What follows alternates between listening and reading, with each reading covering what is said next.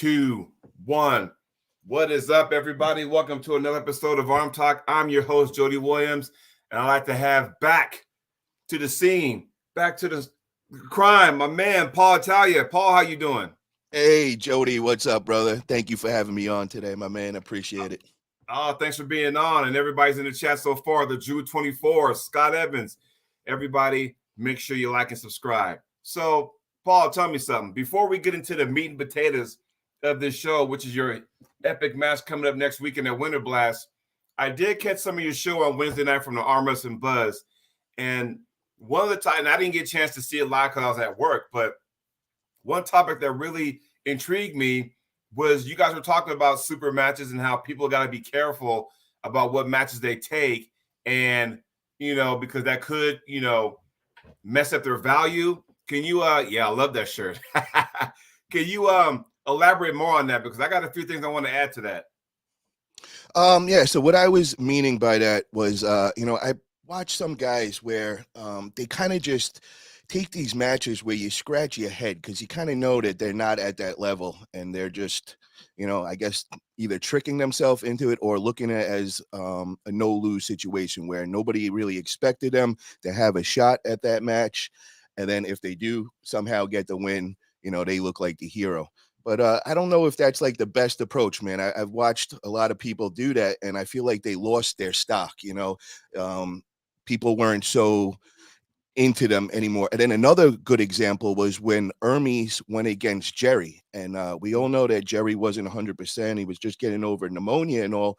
Well, he went and took that match regardless. And after that, bro, everybody's just kind of discredited him and feels like he doesn't belong up there.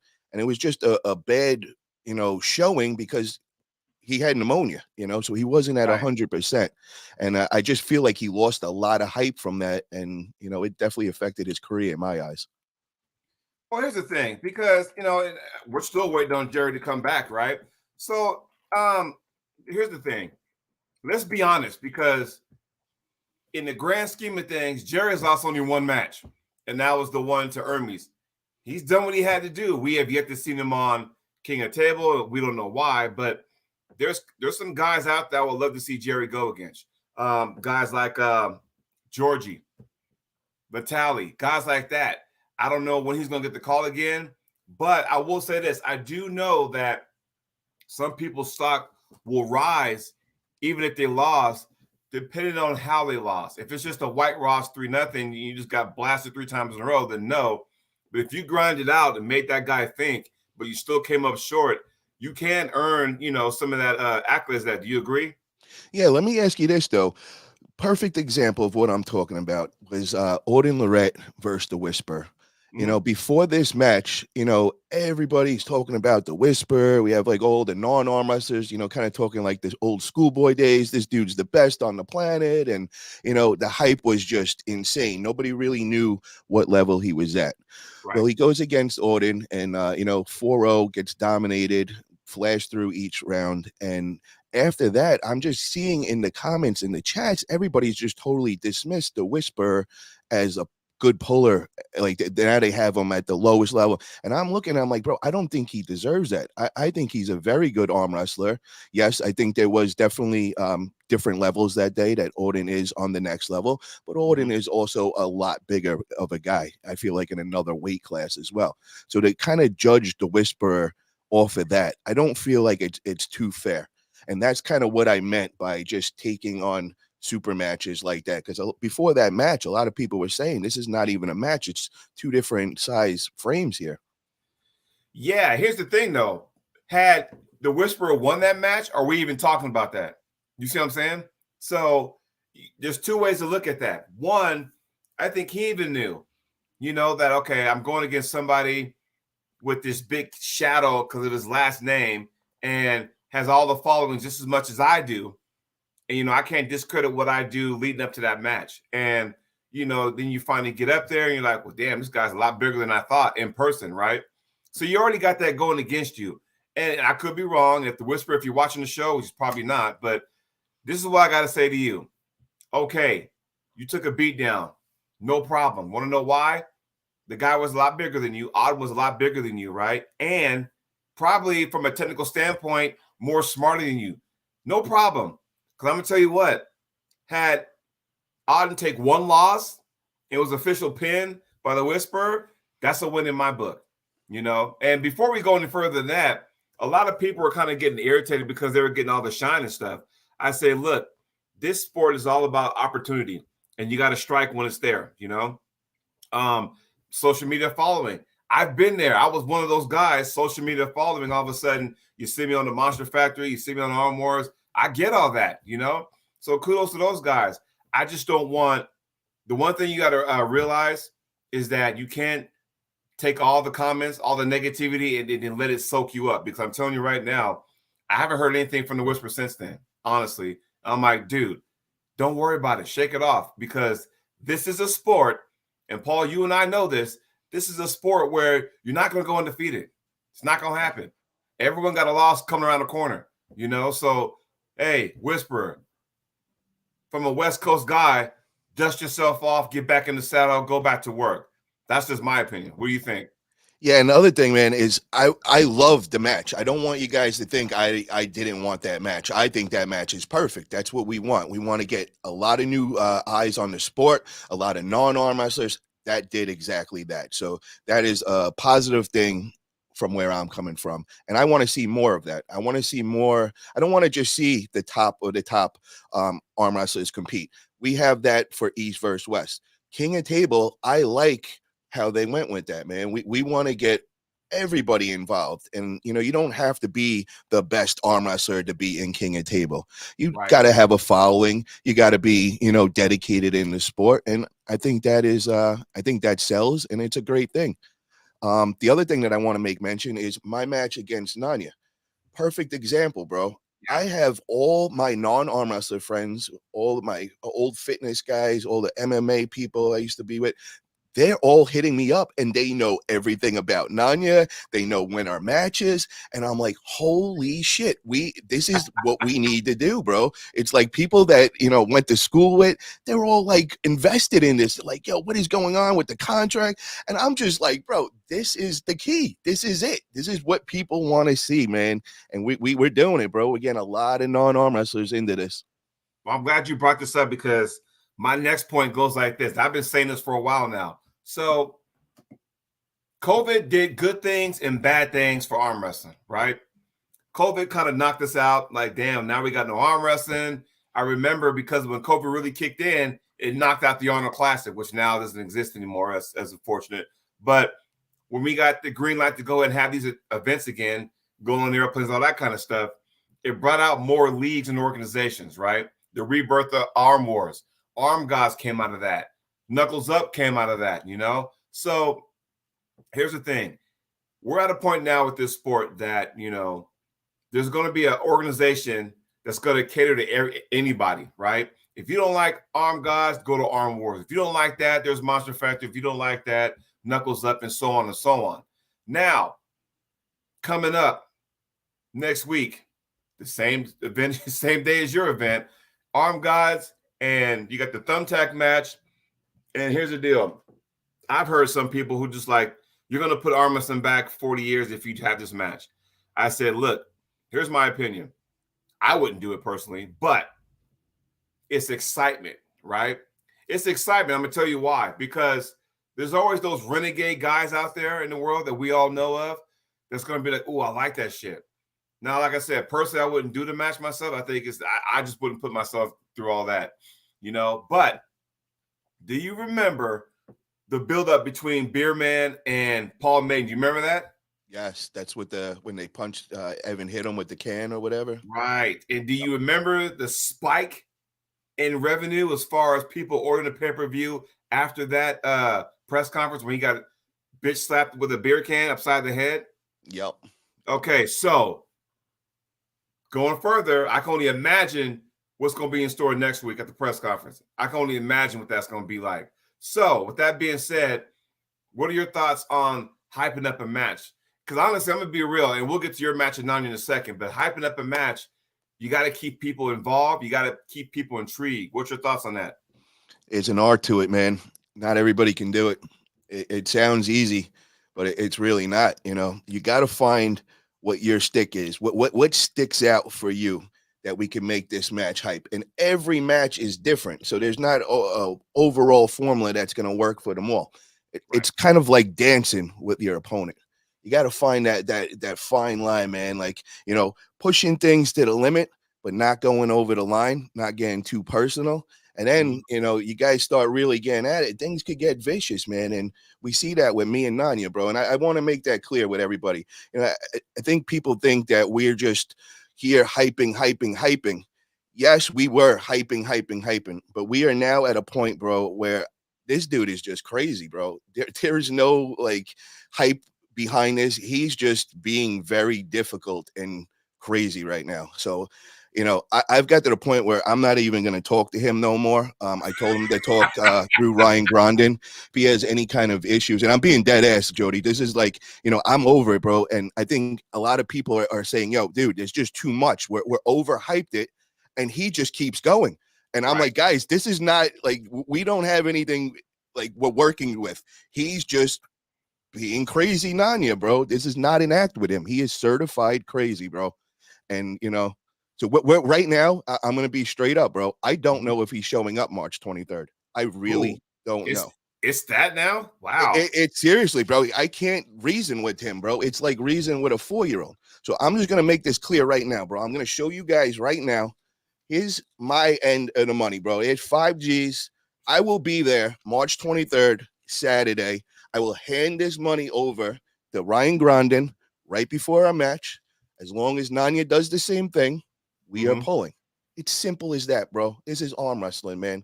We don't got to get into all this craziness. And I mean, I honestly think what is going on right now is he's trying to find a way out. He's trying to find Yeah. something where it be so ridiculous with me where I'm just going to throw up my hands and say, I've had enough. So I'm outsmarting him. Ryan Grondin, you're the promoter. You're throwing this event. Handle this, dude. That's it, man. I ain't even going to talk to him. Well, Paul, I'm gonna give you some history lesson. Before you got into sport, do you know how some people used to handle these kind of matches with that kind of money? I would guess they would put it in the third party's hand first off. Right. You would have a third party and go, look, I will hold the money. You give me half, you give me half, and I will hold it.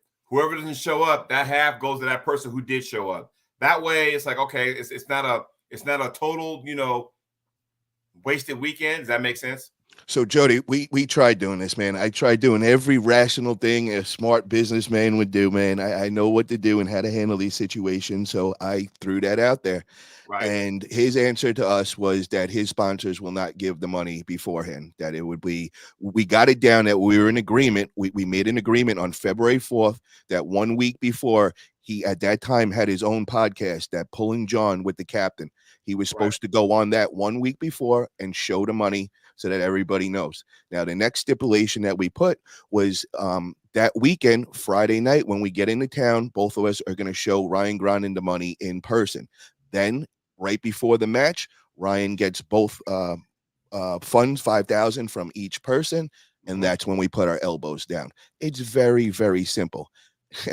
I say that it sounds simple, but dealing with Nanya, it's not reality, bro. Trying to talk with him, and it's not working, man. So I don't know where we're at right now. He's on about a contract which just came out a week ago. We all three of us, me, Nanya, and Ryan Grondin, on Right. February 4th, we're all in agreement. We put out all the stipulations. Everybody gave the thumbs up. Everybody was cool with everything. Now, 1 week later, 1 week ago, out of nowhere, he needs a contract, and I'm like, bro, everything is already stipulated. What do we need a contract for? Are we nervous that Paul Italia is not showing up? Are we nervous that Paul Italia doesn't have 5K? If you say any of those to anybody on this planet, they're gonna think you're crazy. I'm coming no matter what. Yes. Ryan Grondin will have my 5K in his hand before the match. And if he doesn't, you don't put your elbow down. Simple Right. as that. Paul will be there. Matter of fact, you never know. Paul might be at my front door in 7 hours. You never know. There you go. Because Paul, the one thing Paul is, he will not lie. That's it. Man of his word. And the thing is, because aside from all the financial stuff, because the way I look at it, like hyping up a match, you need that heel. All right. You need the bad guy because without Thanos, The Avengers ain't that good, right? If Tito Ortiz wasn't a dick, that match with him and Chuck Liddell don't mean nothing, right? So now you get this. You get Paul, and you get Nanya, and we've seen our career. I've seen some Nanya matches. I'm like going, you want to punch him in the face when he gets done, right? Yes. So, welcome to the show, Stephanie. How you doing? It's just like you gotta be kidding me. But you know, when this blows over, whether he shows up or not, when it blows over, I'm sure you're gonna go live with it. I can only imagine what the Arm Wrestling Buzz is gonna be week leading up to it. But if this blows over, what is next for you? So I got some really big things locked in, man. I can't say them as of yet, but what I Yeah. can say is right after this match, I am dropping down to the 176 class.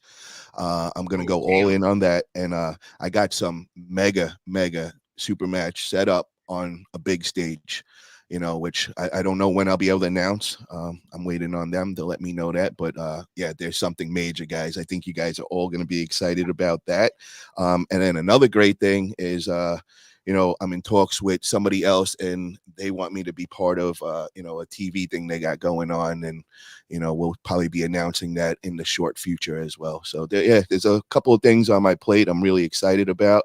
And yeah, I really just want to show all the hard work that I've put in for this last 6 months to prepare for this match. I really want to display it March 23rd, and I plan on putting a clinic on this dude. I put it. I just text you who I think it should be. So if you want to check your phone, whatever, that's fine. Um, so on a side note, I told everybody on social media, hey y'all, check out the show. My man Paul's gonna be back on the show for the first time in a long time. Come join us Friday afternoon. Then I start getting some stuff from like, hey, Jonathan Hoffman and Tom Nelson. So where are we at with that? Well, I'll put it like this, man. I get a lot of haters, bro. When you get in out there, and what I always say is you get 90% of the love and the support, and then you Mm-hmm. get the 10% of the haters that are always going to be a lot louder than the 90%. But when you go in person, man, and you go to these events, all I feel is the love, and I love it, man. But arm wrestling's got some crazies, bro. This is one of those sports. It's like the fight sports. You got some weirdos involved in all, and they feel a certain kind of way or whatever, and things happen, and I've learned how to deal with it. Now I used to fight with them and kind of get drawn into this. I just don't pay them no mind no more, bro. It's just not worth my time. I got so much shit on my plate, so much love and support coming and all. So just to even entertain it, the easier way for me these days is just click that block button, and I don't got to hear them no more, man. So, as far as what you were saying with John Hoffman and all, that dude's a little crazy, bro. I don't know, man. I said what I said. I said, yo, bro, you have a problem, man. Just come to the event. I don't want to talk about. I don't want to go on like play some high school back and forth shit. You don't like me? Completely understandable, bro. So then Right. you have an option, man. Come see me in person, and you could handle it whatever way you want, bro. But I'm not going to go online and go back and forth and arguing. Now, if he was in my weight class and there's a potential to have a super match down the line, that's a whole different story, man. Then, I'm play into it and ever. But when a guy's a super heavyweight, there's no way we're ever going to meet up on a table, bro. And if you really don't like me, bro, that's great, man. Just, when I don't like somebody, I just don't pay no mind to them. If you really don't like me, then just show up and do whatever the fuck you want. I'm not, and the one thing I would say, I'm not a cop caller. I'll never call the cops on that. So you do Right. whatever the fuck you want, but I don't have no problems with you. I don't want to waste my time. Do you, bro? I have to admit, because I myself kind of went down that rabbit hole, and one Eric Carlin, and it was like, okay, that bullshit he did. And we're talking October of 2023, and where we are, March right now. Yeah. And every so often, he would always, tag me in video. Jody did this. Ryan Grondin did that. They screwed me out of a tournament. I could have won first place. Blah, blah, blah, blah, blah, blah. Got quiet, resurfaced, and then he's constantly on the 98 show. It's like, all right, my God, or he'll sit there and, hey, I challenge, and David, who's that guy? Kotlow? Is that his name? Yep. Yeah. Then all of a sudden I'm getting tagged in videos of him I'm like, why do you keep tagging me in Eric's videos? And so, like you said, I had to be like, you know what? I'm over this shit. Like, I got to just not respond. if there was an ignore emoji, somebody let me know what that looks like. That'd be kind of cool, you know. Bro, that whole thing with that whole situation, man, Jody, you were just on the podcast, not even with the same time as this dude, and you were tied into this from him. That's how crazy that was. And then what he did was, you were offended by what he said, and rightfully so. But then he flipped the switch and started like he's offended that you were mad at him. Yeah, And he's offended that I'm offended for what he did. I'm like, what? Yeah, so it's just, and then blame me and Ryan Grundon because there were some promoters that got a hold of me, and this is why I got put in the middle of that kind of thing where the promoters asked me, hey, I heard about this guy. He's supposed to be coming to our event. What do you want us to do? I'm thinking, what do you mean? It's your event. You can do what you want. I mean, don't try to put this on me. Just know that he's coming. He said all this, right? Now, it's your event. You run it. I'm not coming to your event, so it's not going to bother me one way or the other. But don't put me in the middle of an event I'm not going to go to, for one. And number two, I'm not a part of. I just didn't want that. So they made their decision. He didn't go, but he's pulled other tournaments, though. However, because he didn't go, he claims that he could have won the 176-pound class. There's a hint there, Paul. There's a hint. So now all of a sudden, he's blaming us. I'm like, dude, you made it seem like we put a black mark on your entire arm wrestling career, which was not the case. But it is what it is. So sometimes you just got to, walk away from that dumb shit. And what did I say, bro? We got a lot of weirdos in arm wrestling, man. And when your name as you and myself, we're the targets, bro. They want to communicate with us, man. So, that's what happens. Yeah. I mean, and speak, I mean, there's guys that come in the sport and they do damage and leave, and then it's like, okay, you know what? Fine, whatever. But it was just like, you gotta be kidding me, I try to watch a show, not live, obviously, but when I do get a second, I'll watch a show. Whatever happened to Tom Stubblebine? Where's he at? What the hell, man? Tom Stubblebine has went into hiding with us, man. So he came on after that Freddie Sanchez match the week after. And, I think a lot of people in the chat were kind of ruthless and were kind of laying into him. And, he spoke a lot of shit. So, they're definitely letting him hear it. And then after that, bro, he just went MIA. He stopped posting on his channel for like a month or two. And, I kept hitting him up, always sending him the stuff for the Arm Wrestling Buzz for him to be part of it. And I've never heard back from him since then, man. So I'm assuming that he's moved on and, he doesn't want to be part of the Arm Wrestling Buzz show. And, it's a shame, man. I like Tom, dude. Tom was a cool dude.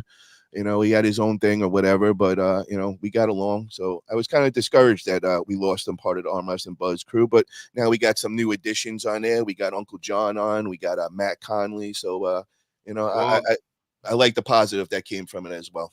There's supposed to be a match between Uncle John and Tom down the road because not too long ago, there was some stuff going on with those two, hopefully having a match. But, and I'll say this with Tom, he kind of rubbed a lot of people the wrong way, the way he approached the situation.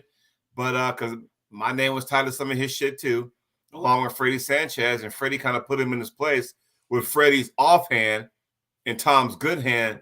I think that might have discouraged him. So you got to understand, if you're going to talk a lot of shit, you got to be able to fucking take it.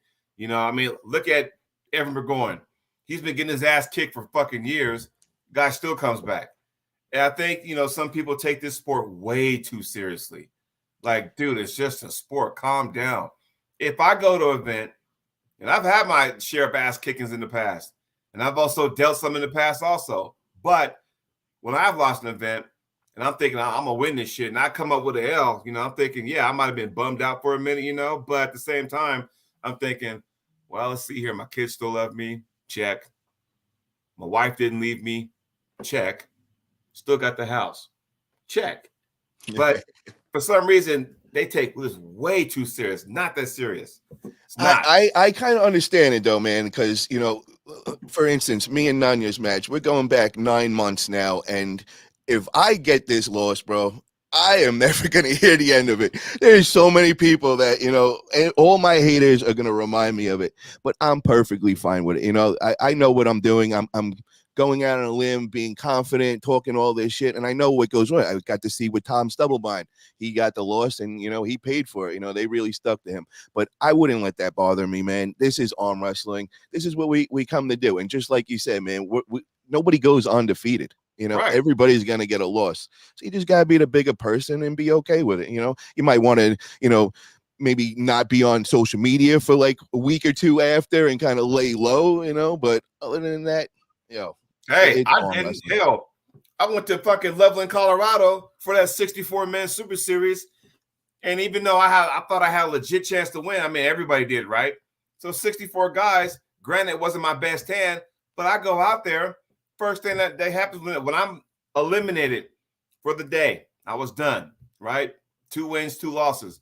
Once I was done, first thing I did, hopped on YouTube. Hey guys, just want to let you guys know I made it to the round of 32 out of 64 guys. Things didn't go so well, because a lot of people want to know how if they couldn't watch it live, they want to know how I did. So I got back, I jumped on there. I'm not ashamed, yeah, hey, it sucked. I wish we could have won because that $5,000 and that little thing to get some stem cells would have been nice, but it didn't happen. So you know what? Hey, got on there. Yeah. Hey guys, I took ass whooping. That's how it goes sometimes, but I'll bounce back. So again, when you put yourself on a pedestal that high and things don't work out, you got to have a backup plan. And I don't mean like a plan where, well, if I lose, oh, it's because of that. I don't mean an excuse, but like a plan to go, hey, I won. This is what happened, round 1, round 2, whatever. If it's a super match, if it's a tournament, oh, yeah, well, I finished this place. There are some pros and cons to it, just to kind of keep everybody involved, keep everybody, connected, things like that. What do you think? Well, I think it's a little different from you, from where you're coming from and from me. You're a very humble person. The character you play is, you're a good person and generous. Nobody is going to look to throw shit in your face, bro, is what I'm saying. So if you get the loss. There's some out there. Oh, no, I know. Like I said, bro, 90% love, 10% Right. hate. So, yes, you will hear a little. But there is a big difference between me and you, bro. I'm out there running my mouth. There's so many people that would love to see me get embarrassed by Nanya and they will remind me every day for as long as they can. So I think there is a little difference as far as that and like the way you approach the match and all. Mm-hmm. And I think Tom Stubblebine was the perfect example you gave before. Tom came off very cocky, he rubbed people the wrong way. So when he lost, bro, they reminded him, and I don't think he handled it too well from that. But Well, I think the Freddie Sanchez video after the match probably put the nail in that coffin. I was like, shit, dude. Yeah, well, what was wrong with that whole thing was the way that Tom played it, because it was supposed to be both arms, and then he didn't tell everybody until the night before that he couldn't pull. That's why there was a real animosity in the room. And, I just remember the night before we were over at Eric Wolf's having Greg Brown's tacos and all. And that's when we all found out that I think it was the right arm, he wasn't pulling. And the whole place was mad. And when he walked in, it was the most awkward situation, bro. Everybody just went silent and started looking at him. He felt something was up. It was, yeah, definitely. And then when the crowd the next day and the match started, they were all against Tom because, they were mad. They wanted to see both arms going at it. Right. It's just like a dick move because, hey, I can't pull right. I injured it. I'm like, what the fuck, man? This is probably one of the bigger matches. It could have been a co-main event, actually, because you're the main event, you and Ryan, but then it could have easily been Ryan Ballesteros and Eric Wolf could have been a co-main event. I was also looking forward to, Tom and Freddie's match. Like, that could have been a co-main event to you guys' main event. And all of a sudden, hey, I can't pull a right. And Freddie's like, what the fuck, dude? I mean, that's my best arm. Your left is your best arm, but you can pull that. What the fuck, So, you just reminded me of something too, because you were talking about with like the characters and the spikes in views and all that. You just gave a good example. So, me and Ryan Grandin, I'm going on to that pro level. Ryan Grandin's still in that amateur level and all. So, when you hear that, to the non-arm wrestlers that haven't been following it, they really wouldn't be that interested in that match. Now, this was the complete opposite. Everybody was into this. They knew the build up. The beef was real. Well, when the match actually took place, bro, the spike in the views, we 4 times all the matches before that. Literally, the second our match came on, it just went, I think it went up to like 1,700 people live, where the rest was cruising like, I think it was like 600-700. It was crazy. So that is a good example, man, of it's not just the level of arm wrestler, it's the character, it's the hype, it's the buildup. There you go, Yes. man. I mean, hell, I think if I'm not mistaken, wasn't it the same day as like either the East versus West or King of the Table earlier that day? Yep. And then you got here. I'm gonna tell you something, Paul. Here, in my opinion, I could be wrong, and correct me if I'm wrong. So the reason why I thought you guys match started to spike up, it wasn't because you guys' arm wrestling ability. I'm not throwing shit on you guys' ability of arm wrestling. I'm just saying there was a backstory to that thing that everybody knew. And everyone wants to know, okay, what the fuck's gonna happen now? Because it went from the Troll Army and Italia and fucking James Reed got thrown in there, and there was a backstory to that. Yep. And it's like going, okay, what the fuck is gonna happen now? Because Paul's like, I'm gonna knock this Twinkie boy down. Gronda's like, yeah, well, that's fine. You can train with Bob Brown, but guess what? I'm training with the guys that trained Bob Brown. So man, that even put another layer on that. You know what I mean? So like, wow, that in my opinion, that's what spiked it up. If I'm wrong, please correct me. I completely agree with you, bro. And also I want to bring up, I know that you guys got a little, personal issues. It's you and Tom. Mm-hmm. That's it, bro. That's it. That's the match. The hype, the shit behind that. And I know you said personally you didn't want it because of the way he approached you and all, but this is the backstory that we all want, bro. You have this on your plate. We all want to see it. The lead up to that match would get me so excited, man. I really, really would love to see that, man. So I hope one day, maybe we can make that happen. Well, now I've had some time to kind of simmer down the situation. And let's go back. This happened like almost a year to the day, to the month, actually, in the spring of last year. And he was on the Arm Wrestling Buzz back when he was a regular host, right? Or co-host. And something was talked about, hey, Tom, who you got, this, that, and the other. And then my name came up, and Freddie Sanchez's name came up. And, I've beaten guys like Jody, this, that, and the other. I'm like going, and it was funny because I was listening. I had my earbuds on. I'm up here doing housework. I'm up here vacuuming the floor, emptying the dishwasher. And I heard that, and I stopped, and I commented on that. I'm like, hold on, man. So I took out my phone. I'm commenting. I'm like going, yeah, you're right. You did beat me, but don't act like that I didn't beat you on the other hand the same day. Let's not don't get hallucinating on me, man. Come on now. And that was my argument. Like, yeah, he beat me.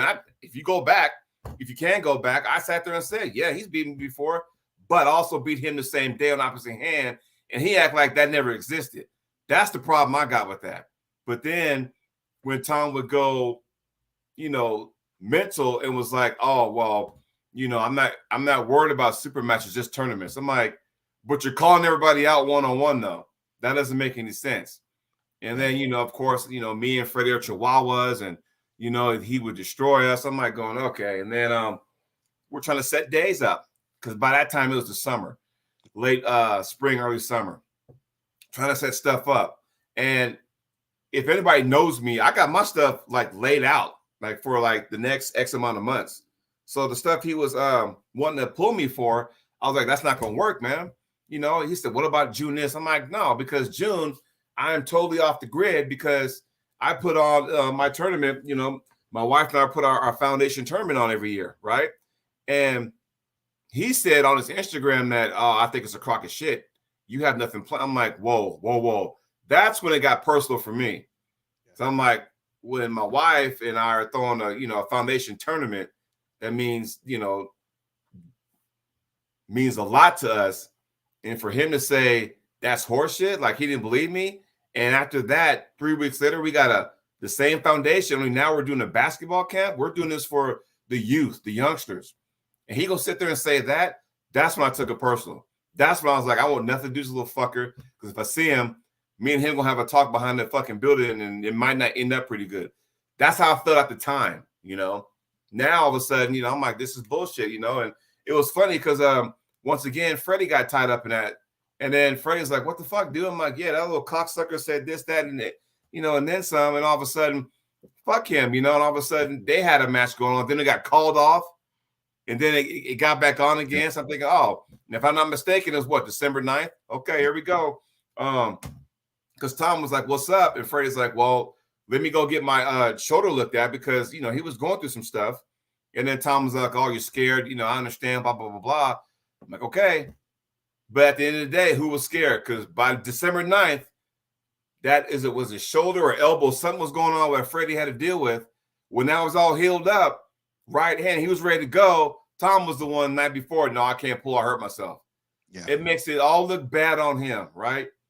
And then I think when Freddie, put him in his place on Tom's good arm, Freddie's not so good arm, that's when it all came like, okay, fuck. And then maybe the next day or the day after, I don't know if it was Freddie and Greg Brown, but one of them put together a little promo video after the match about way back when the whole thing started up until the match and after that. And I was like, damn, he came out like a dog. Man, he just like roasted it. I'm like, man, then you ain't hear a goddamn thing from Tom since. Except for that, now he's doing the same thing with John now. Uncle John, I will destroy you, this, that, and the other. I'm thinking, all right, Tom, bro, listen. Uncle John's he's a different cat, dude. I don't think you understand that. But again, it's just, if him and I ever met on the table, we'll cross that bridge. You never know, because guess what? Your boy's going to be in Dallas, Texas, Fort Worth area, July 13th. So if he happens to show up, so fucking be it. Cross that bridge when we get there. Well, this ties back into what you originally were saying, and I really would want to get to the bottom of this with you. Okay. It's about dancing with your opponent. So we're giving an example right now.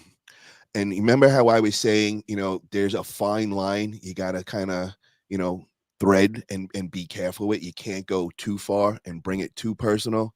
But right. You also want to bring it to that line where to get the hype there. Mm-hmm. Now, my issue is everybody's line is different. And you just said that.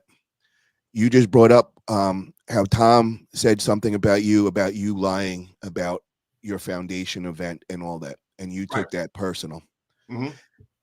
I think, to me, I wouldn't have took that so personal where it would be like, I'm not dealing with you. I would not do a super match. So that's where it's like things could get a little tricky because I feel if that offended you that much that you wouldn't want that match with him, that was a very easy thing from Tom. I think it would get a lot worse than that. So I don't know if that match would happen if you take that as personal as you do. You know what I mean? Because I think things would go over the line. Here's another example. Let's just say that you got a match against Nanya. Let's forget about weight classes and all that. Okay. Bro, there's the way that this guy comes at you and how vicious and stuff, bro, it would be over 5 minutes after it was set. You know what I mean? Right. You would be like, fuck this, bro. I am not dealing with this. This dude brings it personal, brings family, brings everything into that. So, what is the fine line, man? And like, what is the proper way to dance? Like after you saying all that, would you take a match with Tom after that whole saying that you're a liar and you weren't doing it for the foundation? I'm glad you brought that up. So here's my line, right? Because you got to remember this, and everybody in the chat, feel free to chime in and comment after I say this. You too, Paul. Let's just say if it's you and me having a match, it's you and me. It's not your old lady. It's not my wife. It's not my kids. It's you and me. Once you cross that bridge and start talking about family members, I'm like, okay, what the fuck now? Because then they're not a part of the match, right? If you're trying to get at me, fine. I can deal with that. I'll come from the, I was a WWE fan, so I know how to cut a promo if I need to. But the thing is, though, he took it personal. Like, okay, now you're attacking people that have nothing to do with the match itself. If you're going to build that. And the reason why I was so offended because then it was anger. And if I would have saw him, I would have fucking probably knocked his ass out. Like, don't ever fight. If you want to talk shit to me, I'm okay with that. Once you start involving family members, and especially my deceased son, I got a fucking problem with that. I would have fucking knocked his ass out. I completely agree. And with the whole family thing, that's Right, off limits, bro. That's right, just off limits in life completely. Just like you said, the match is between me and the opponent. You do not bring any family, right. friends, any of that shit in, man. That is just completely off limits and all. But in my own personal take of what you were saying, because I remember when the whole thing happened with Tom, Mhm. I did think you were being a little overly sensitive. I am sorry. I don't mean disrespect to you, Jody. No, I did take that as like it was him kind of playing with you. And I know Tom's like, kind of sense of humor. And I felt that was like him just kind of like throwing a jab at you to get you to come back at him. And right. also, you know, I just hope that we could just make this happen eventually, bro. I would hope that we could do it and it wouldn't get so personal and all. But at the same time, man, that's kind of what you want, man, because everybody knows it's real. We could feel the tension in the room with it. So I mean, I don't know, man. I would love to see it, but at the same time, I'm a little nervous. Like, will it actually go down? Will it go too far, and you be offended and not want to do this no more?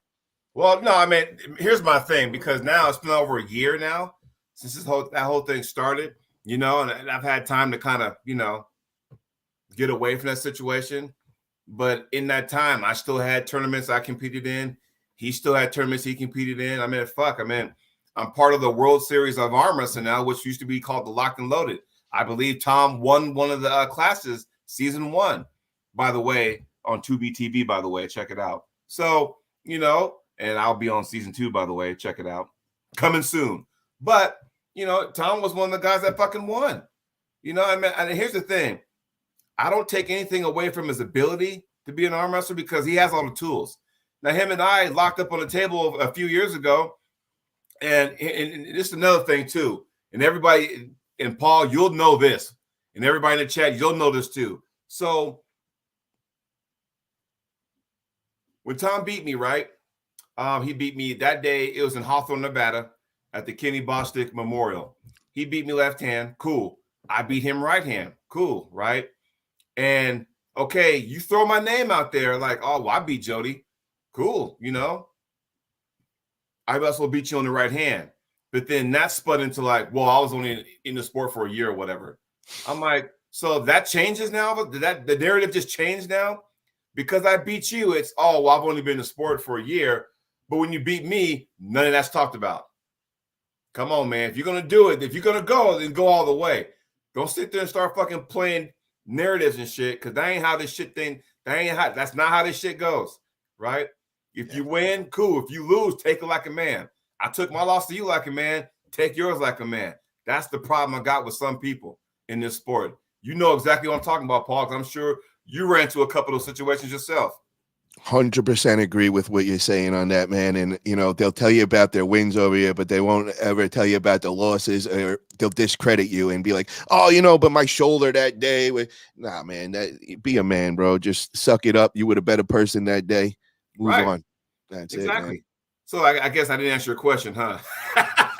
So if down the road, 'cause I mean, I got stuff lined out, but also got some stuff I got to scale back on because now that I got a new job working for the county, we rotate shift schedules every 4 months.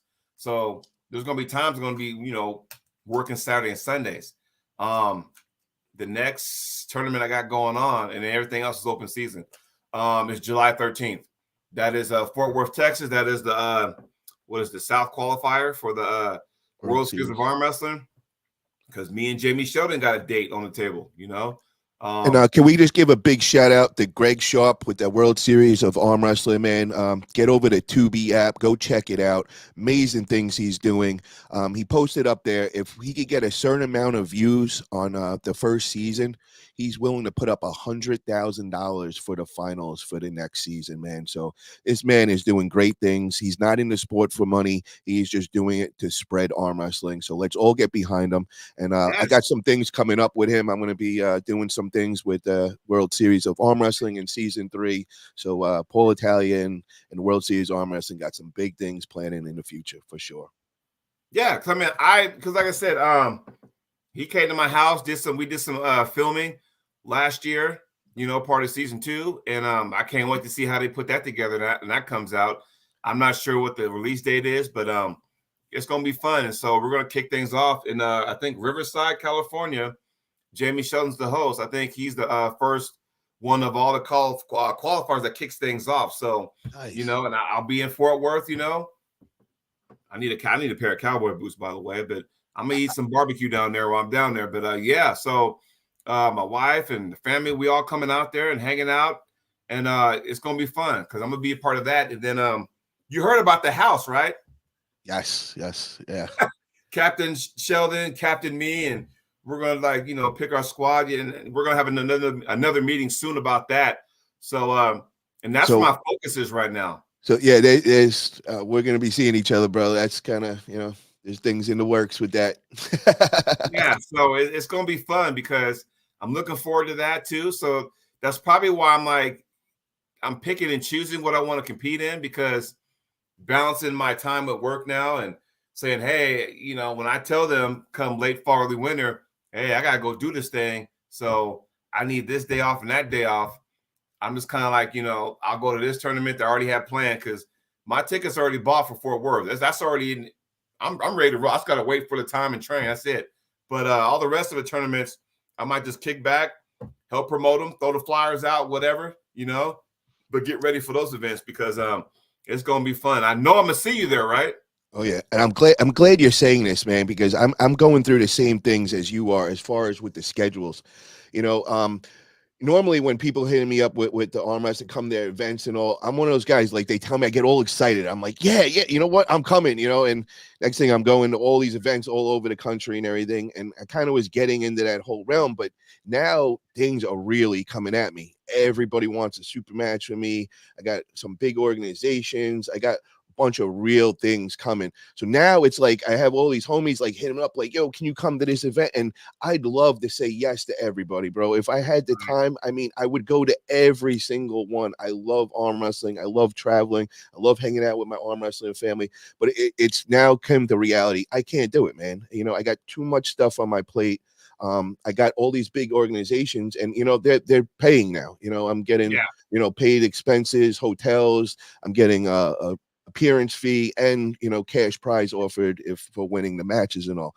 So it's got to the point where I got to be real strategic on what I'm taking and what I'm not. And I kind of just feel what you're saying, man. And after this March match, I started real. I'm like, holy shit! Pretty much every month, I'm gonna be somewhere else. And I'm like, Yes. I'm like telling my girl, and she's like, oh, I thought you were gonna slow down after March and do some just tournaments and kind of.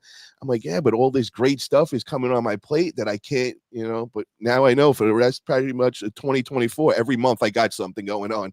See, and you notice ever since you and I was running and gunning, whether it be Waxahachie, Texas, whether it be Tulsa, Oklahoma, or the throwing out the Foxhound, ever since then, it's been like, oh man, you did good. Can you come to this tournament? Can you come to my tournament? I would love to, like I said, you love to say yes, but you can't make every single one of them because then it gets to a point where you're gone every weekend.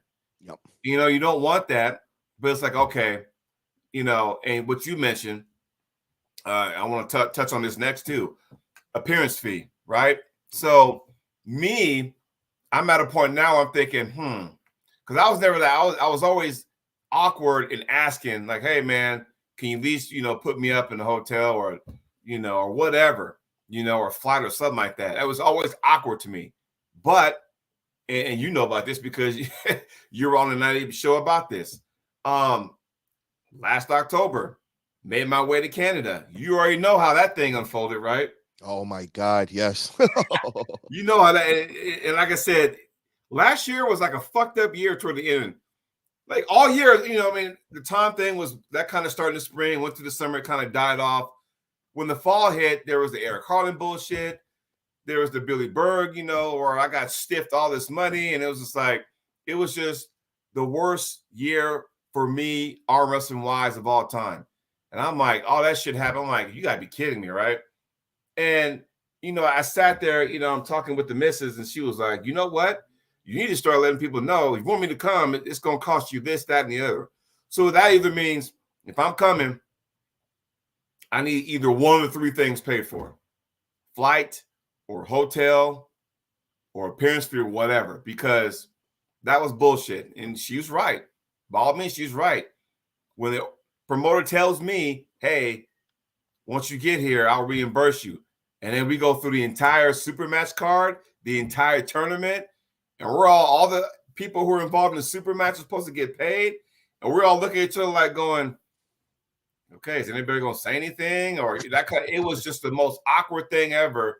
And I was like, fuck. And then there was that. So I mean, that was a big, debacle. And even I remember because on the 98 show, it was real awkward when that happened. And then he had the gall the following week to travel to a tournament he was going to. I'm like, pump the brakes, bro. In the casino and that. What's that? Playing casino games on video and all that. I'm like going, so you have the wherewithal to travel, gas money, hotel accommodations, entry fee, and then you go gamble? I'm like going, but you can't pay the people you promised their airfare or whatever when they said, hey, I'm coming to your event under these circumstances. Like, really? And granted, me and him are good now, but that's the kind of stuff I'm talking about. You're in that predicament too, where it's like, okay, I can't go everywhere. Listen, it's going to cost you this or that or then some. So when you got guys like Uncle John, guys like Paul Italia, and it's like, okay, you want me there, it's going to cost you this. How do you deal with that? Well, first off, we got to make it clear. I mean, it makes sense. It's an investment for the promoters, to have a guy like you, have Uncle John, have me. We bring two things to the table. We can arm wrestle and we could hype up your match. We have platforms, so you bringing me to getting me a match on your card. Now, all those other athletes that have super matches, they're going to be on my channel. We're going to be on the Arm Wrestling Buzz talking about it. Same thing with you. You're going to be on your podcast, ArmTalk. We're going to be talking about it. Right. Everybody knows Jody. Jody says he's going somewhere. Anybody that's local, they're going to come just to see you, man, get a picture with you and all that. So that, in my eyes, that's an asset. You're bringing something to the table. That costs money. It's value. It took us a couple years to build it. I mean, you're in a lot longer. I mean, you're 10 plus years of building your brand. This is year number 14 for me. So oh my God, super OG in the house. I was around when we have Velcro straps, man. Oh my God. So there you go, bro. 14 years of building the brand Jody Williams, man. That says a lot. That cost you a lot of money. That cost you a lot of traveling. That cost you a lot of time of being away from your family. There's other things that you could be doing those weekends. It's not only, it's what could you other be doing, that if you weren't at that arm wrestling event as far as making money. So in my eyes, we're at that point now. We bring something to the table. And it's fair for us to get an appearance fee. I'm not asking for anything crazy. I'm just, right. For my time and all the work and effort I'm going to put in the spotlighting your event and all. So I'm happy I got to that, man. I didn't know how long it would take and all. And, I'm happy I'm finally at that level where, people see the value that I can bring into it. And, I think it's going to just get bigger and bigger as we go. And the more money comes into arm wrestling, hopefully more people will get these opportunities and we'll start getting full-time arm wrestlers, they could do this for a living. Well, you're there now. It's easy. But I'm saying the transition to get there, there's that gray area where you went from promoter and then you went to full-time, arm wrestling is somewhere in the middle where it's like, okay, at what point I'm like, okay, you want me to come, but yeah, you have to cop off some ends. At what point were you telling people that? And it's like going, was it awkward for you to go, hey, it's going to cost you this much? Because some people be like, I don't want to ask that. But then you don't want to be in my position. I guess everybody can use me as the example. You don't want to be like Chocolate Thunder, who got fucking stiffed in Manitoba, Canada. But at the same time, you want to be like, okay, well, you know what? It's going to cost you this much. Well, I can't do it. Well, you know what? Sorry, I can't make it. That's what I, proposed. But I tell you what, I got no problem help you promote the stuff. I'll put your flyers out, whatever, this, that, and the other. How did it go for you making that transition?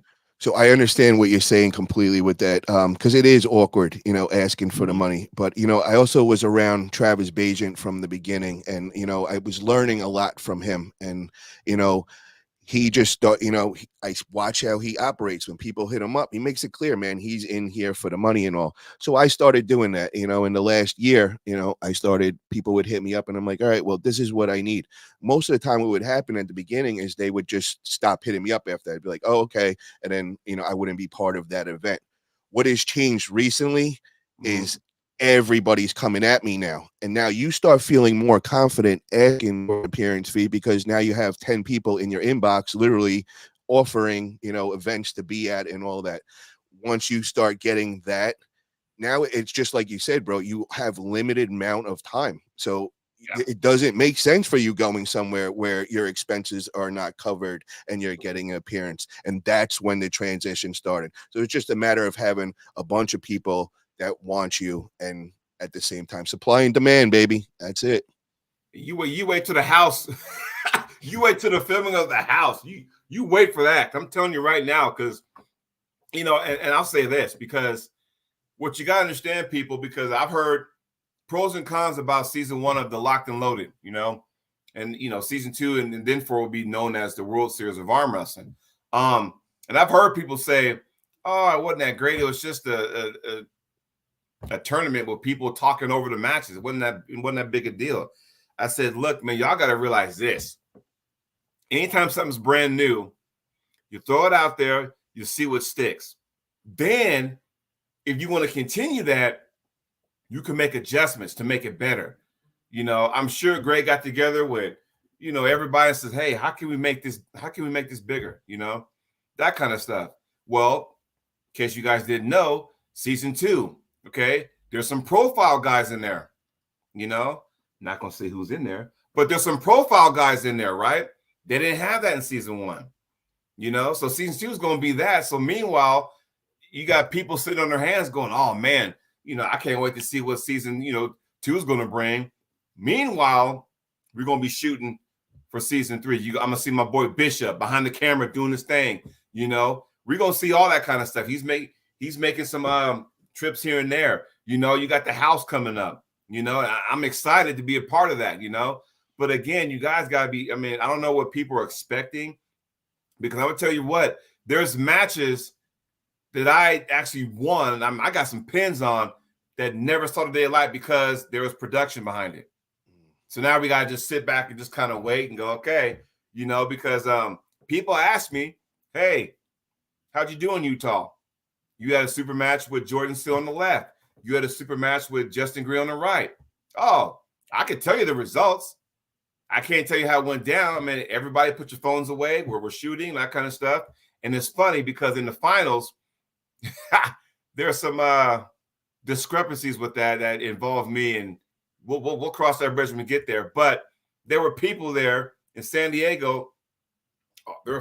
They had signs out there. As soon as you walk in, they had a sign on the left and the right saying, "Hey, filming, please put away your phones." And I can't tell you how many times Greg had to tell people, "Hey, miss, ma'am, you in the pink, put the phone away," because it's like we're in production right now. You can't be videoing that kind of stuff. So, I mean, I understand, and you got to be patient with it. But again, year one comes out, okay, we can make some adjustments. Season two is coming out. We'll see what's going on. Season three is going to, start rolling here this summer. And I'm telling you right now, it's going to be fun. It's going to be fun. I love it, man. I love the way that he's going at it's original. And what I got off that season one, the way that he did it with the commentary, it kind of reminded me of like the old Wide World of Sports in arm wrestling, like Dave Devoto. I don't know why I Yes. got that vibe, but I liked it. I really, really liked it. And I liked how Greg was the commentary. It was like a relaxed, laid back, but like I liked it. I was definitely feeling that vibe, man. So definitely a big fan of that. And another thing that I want to bring up is the promotion wars, man. I don't know if you got to see in the last week. I had Igor Mazarenko on my channel, and Igor is coming back, bro. And he's starting a whole new organization. It's called the WAC, and I think this might be the beginning of some promotion wars. Which I like. I think competition is a healthy thing, and it's going Right. to bring great things for arm wrestling as far as stepping up, the production side, just everything overall. So I wanted to get your thoughts on Igor Mazarenko coming back because, you got to also remember I'm in 4 years now. So when I came into the sport, Igor wasn't even there yet. He was gone. Right. You know what I mean? So I don't know much of the past with Igor. I hear from a lot of people, but knowing that you're in 14 years, Mm-hmm. what's your thoughts of Igor coming back? Is this a good thing for arm wrestling or is this a bad thing? No, I'm glad he's back. Prior to you getting to the sport, do you remember the top 8? Yeah. Okay, I wasn't. It wasn't going on when I was in, but I've looked and seen it. so COVID kind of put a damper on that, but that was when your top 8 guys were the guys you see now in the East versus West. Yeah. And King of Table, there were guys like Levon, Vitali, Unger Bayev. I mean, the list goes on and on. Bresnan, Chafee. I mean, and those guys were the top 8, and before that, the big event every year, aside from WAF Worlds, was the Zloty Cup, the Nemiroff Cup up in Poland. So, that was always held in like October, November, somewhere around there. And that was the thing. And, when COVID hit, it kind of went away. And then all of a sudden, WAF started getting stupid about what events you can do. And even to the point the referees, okay, well, if you're going to go here, we're going to ban you. And that's stupid, By Igor coming back, it's awesome because once again, it gives somebody another platform. The one thing you don't want to do, and I hope he doesn't do it, a couple things. One, do not issue out contracts. That'll fuck everything up. We're trying to get away from that, right? Because if and that was one of the big things. With UAL back in the day, with WAL. Matter of fact, hold on for a quick second. I got something for you. Oh man, you gonna love this. I'm telling you right damn now. Take over the show, Paul. I'm going to show you something. Take over the show right quick. So what I wanted to say with the whole contract situation and everything, because I straight up asked Igor, will he go back with the contracts and all? And he kind of made it clear. He was like, we are cool with our athletes working with everybody. And the reason why they're cool with it is because he's going to make this where the athletes are going to compete so many times a year that they're going to be always getting paid. It's going to be like a full-time job pulling with Igor. So he feels like he doesn't need to keep them under contract because they're not going to want to lose this platform they have. And they're constantly going to get work, meaning matches and all that. So I think he understands the blowback that he was receiving from the past was the whole contracts and kind of keeping the East guys to the East and the West to the West. And that's where East versus West changed everything because they're the guys that brought everybody together.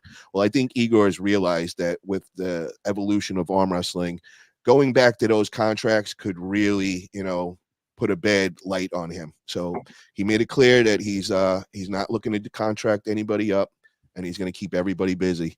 Oh, Joe, wait, what? You see this?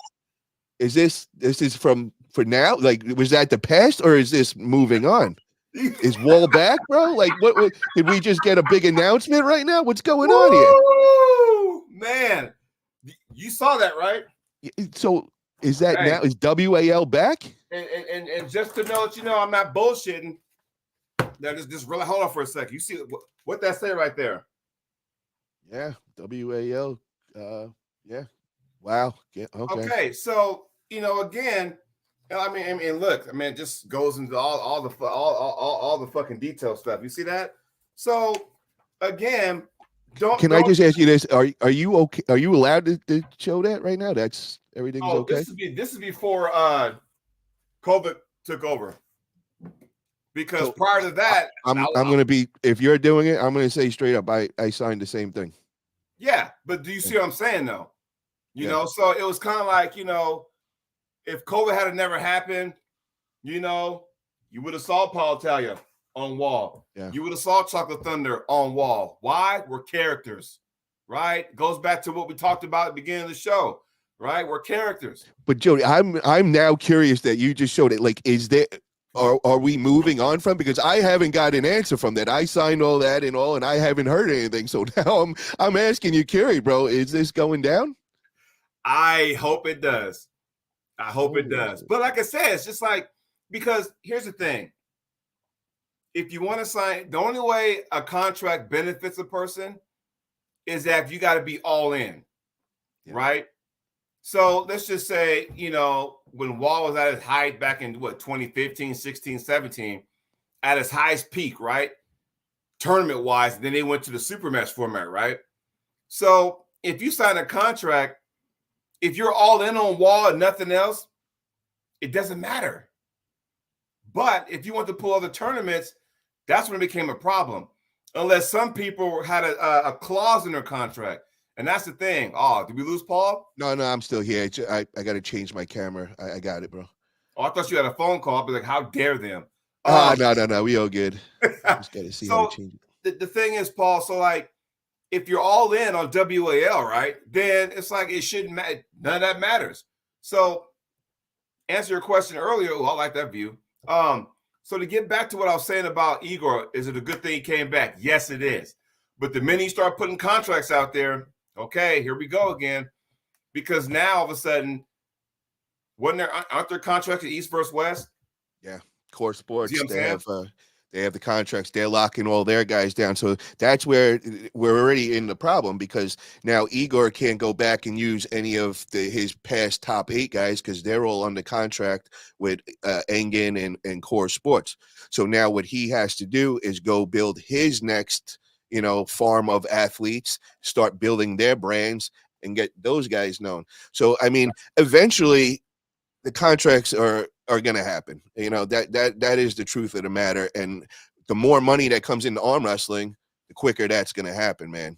So we are going to deal with it. Now, what I'm hoping happens this time, rather than what we experienced last time, was that both organizations grow, they grow their athletes, they build their top guys. Now we need to come together and say, all right, your top guys from East versus West and King of Table need to go against Igor's WAC guys, and let's see who number 1 is. Now, if that happens, I'm fine with the contracts. We're not going to lose out. Do you understand how the build up? Because look, let's just say, because up until this point now, as of March 15th, 4:05 Pacific Standard Time, look at it this way. Levon has never set foot in East versus West. Okay. Jerry has never set foot in the King of Table. But you got other guys kind of going, on both promotions. Except for those are the 2 guys I can understand that's pulled plenty of times in this latest era, but they have yet to pull cross promotions. Now, Igor can build his own brand now. He can build his own team. Okay. And now it's like, okay, I want this guy, I want that guy. Now with that tournament, that top 8 coming out, it's going to be, I don't know what 86 kilos is. I don't know what that is in pounds, but it's going to be the lighter guys. That might be you. Hey, how do I get my name in the hat? A good buddy of mine lives in Oregon. He posted, a month and a half ago? Hey, I got invited to the top top 8. I'm thinking, is that back now? Next thing you know, hey, they're back. I'm thinking, wow. Can I just clarify real quick, because I don't want, because I've had a lot of people that got a little confused at what's going on with Igor's new WAC. So the WAC we're starting off with the 57 kilogram for the women's, and then like you said, they have the 86 kilogram men, and I think there was a 75 kilogram men also, and those are the 3 weight classes they're going to do this year. Now all those are already chosen. It's 8 athletes in each of those weight classes. Yeah. Now, moving forward, for a person to get in the next year's WAC to qualify, you got to go to Zloty tournament, which they're going to be holding. I believe it's in November. I don't think they've announced it yet, but that's going to be open for anybody to go and compete in there. Now, any weight class that has 20 plus competitors in it, that will qualify. So now in that weight class, the top 8 will now be in 2025's WAC. And that's how you get to qualify. So Zloty is for everybody that wants to get into 2025 next year WAC. And then the ones that are already in WAC, those 3 weight classes, are already chosen. And he went to different areas and got the best of each area. And that's how he's going about it. So again, this goes back. This is why it's good, because I love Igor's tournaments. I love Zloty. Okay, guess what? If you're a Zloty guy, There you go. Maybe you're an East versus West guy or King of Table guy, or you know what? I love those guys, but I like the AWC. Oh wait, Hell yeah. was that the one in Canada? The That's Magda Canada. put on? That's Magda over there, Yeah, I believe. you Yeah, got Magda great doing place. that. If you're on the East Coast, because guess what? Now there's going to be qualifiers to the Knuckles Up thing. Bro, I need Jody. Knuckles up, guys. There you go. Everybody needs to check that out in person, brother. Woo! You need to get to one of those, bro.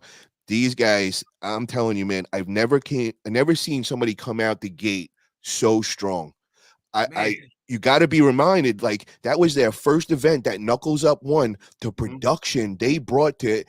I mean, I'm a promoter, so when I go to these events, I'm looking at everything and I'm putting a price tag on it. I'm trying to figure out how much they spent on this. And normally, when you go to somebody's first event and all, if they went big, you're thinking maybe they dropped maybe 5 grand, maybe 10 grand max. Bro, these Knuckles Up, their production alone, I mean, that would have cost any normal person 30 to 50,000 just for the setup, bro. I'm Right. talking like unreal, everything. And now each one, they're just stepping it up to another level. I think they're gonna be the guys that rise to the top in North America. I think they're gonna be the ones that possibly could bring it to that WAL level. Now, I don't know if WAL is coming back. We've heard rumors for the last couple years. Jody's got his contract. Both me and Jody hope they come back, but it's been so long. I'm starting to lose faith in it. So when I see Right. guys like Knuckles Up, man, I jump in and I'm help supporting all I can, man. And Jody, I know how you are, and you got your tight schedule. If you Mhm. get the opportunity, brother, do not pass it up. And let me tell you, these guys take care of the athletes, bro. Like, Oh, dude. First of all, you were there in person. You sat in the front row because I could tell by the cowboy hat, but you sat there in front row. So you know firsthand how the whole thing unfolded. It was like, man, it was almost like you were at a UFC event with the fireworks going on and everybody's in purple and black. And, it's like, and then on top of that, like you said, because I'm talking to my co-host on the other show I'm on, the Can Connection, Espy, he went there.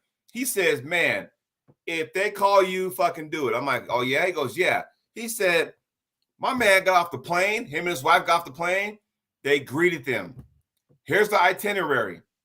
Okay. We're going to pick you up from the airport. We got your hotel room. Here's the key. We got everything for you. Oh yeah, by the way, we go meet for lunch at this time as a group.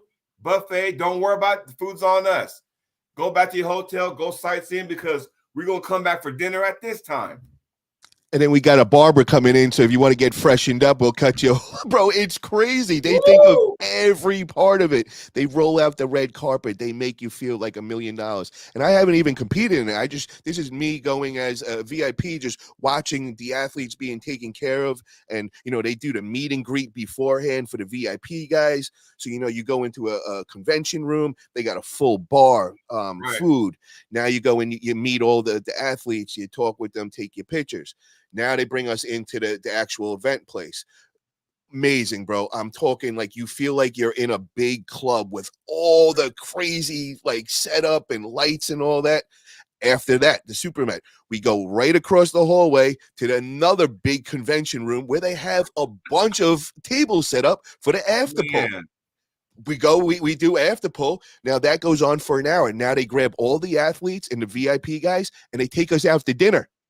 Bro, this is just like, it's unreal. It's just like a whole weekend of red carpet, just taking care of you. I mean, it's amazing, bro.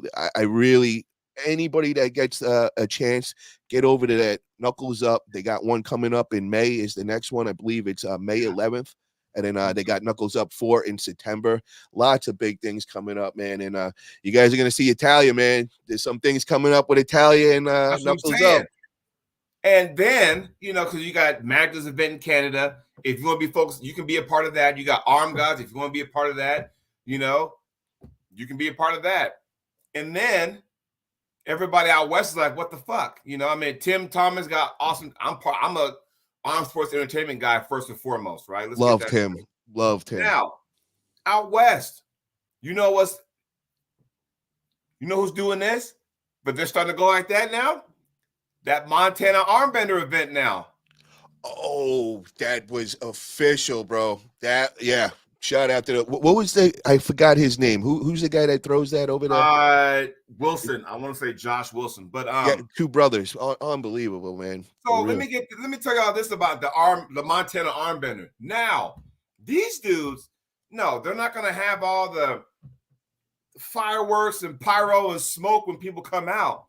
But what they do is that, did you see that event? The last one they had with RBJ and Ben Brooks? I really liked So, it. just for everybody in the chat, check this out. Your match is up. They call you up. You get to the table. There are people betting on you guys. In between the rounds. Yes. Yes.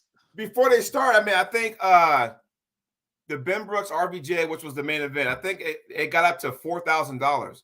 Yep. People are like, oh, I'll put 100 here. Oh yeah, I'll put 1,000 on that. Oh yeah, well here's 50. And then like they had like a young lady, probably about 10, 11, 12 years old. She was bringing the money up to the table. Yeah. All that cash is sitting right there at the table. That was genius, bro. I never seen that happen before, and yeah, that stuck out to me too, man. It was so smart because in between rounds, they're announcing it. So if you want to get your name out there and for the whole community here, yo, you're helping out, you're supporting, you're sponsoring. Yes. Here goes, boom. It's genius, man. So, I think more people should incorporate that. So I mean, you get in hold of what the Wilson guy say. Look, I like your event. I want to be a part of it. You got the guys on the East Coast with Knuckles Up. Michael Todd still got the Monster Factory. I've been there before, so I know how that goes. I've been to Arm Wars. I know how that goes. Hey, I mean, right now where I sit at, I mean, you see, and the way I've been treated with the World Series of Arm Wrestling with Greg Sharp, I love what he's doing. We got a good relationship going on. I hope it continues and stuff, and everything is good. But guess what, though? I didn't have to sign a contract. You see what I'm saying? Yeah. I didn't have to sign the contract. If they like you, they invite you back. Go ask fucking my man over there, Jason Merlot. God damn it, man. He's the face of Knuckles Up. Yeah. He didn't sign no contract. Because if I'm not mistaken, in between the two events he was at, Knuckles Up, I think he took like fourth in that mega 198-pound round robin. Yeah. Yeah. Look.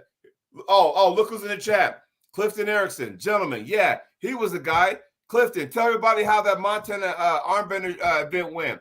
He beat Jamie Sheldon. Huge win for Clifton. Huge win. So, Clifton, before you got on, me and Paul were kind of explaining to everybody in the chat and everybody out there watching live, hey, you know what? All these different organizations and what they can do is so good now. I know some people kind of get upset about, some of the other promoters who've been putting on, tournaments for years and years. Here's the deal. They're always going to be there, right? You're still going to have people, but our sport has grown so big now that having these big organizations, because for so long, it was the good people, real good, didn't have anywhere to go because they were always plucking the household names all the time. Nobody would get any love. Now, with these events happening, and then you got Corey Miller's doing this 64-man now. You got LeRae Jenkins doing his fucking 32 Invitational now in December. Now you're going to see guys like, Jerome Lau get his due. Yeah. We're going to see guys like AJ Henson get his due. You see what I'm saying? Yeah. Yo, shout out Jerome Lau. I just got on social media, bro. I've been looking for this dude for like years, always trying to get in touch with him and all. Well, he actually hit me up. His name is the Apex Predator. So all you guys, organizations, promoters looking for him, he is available to get in touch with. Hit him up on Facebook, the Apex Predator. Shout out Jerome Lau. I'm hoping we get to see this dude more active. He's like that phantom killer that just shows up. Nobody knows where he's showing up, but when he shows up, you all know you're screwed, man. It's gonna be a bad day. The dude is a beast.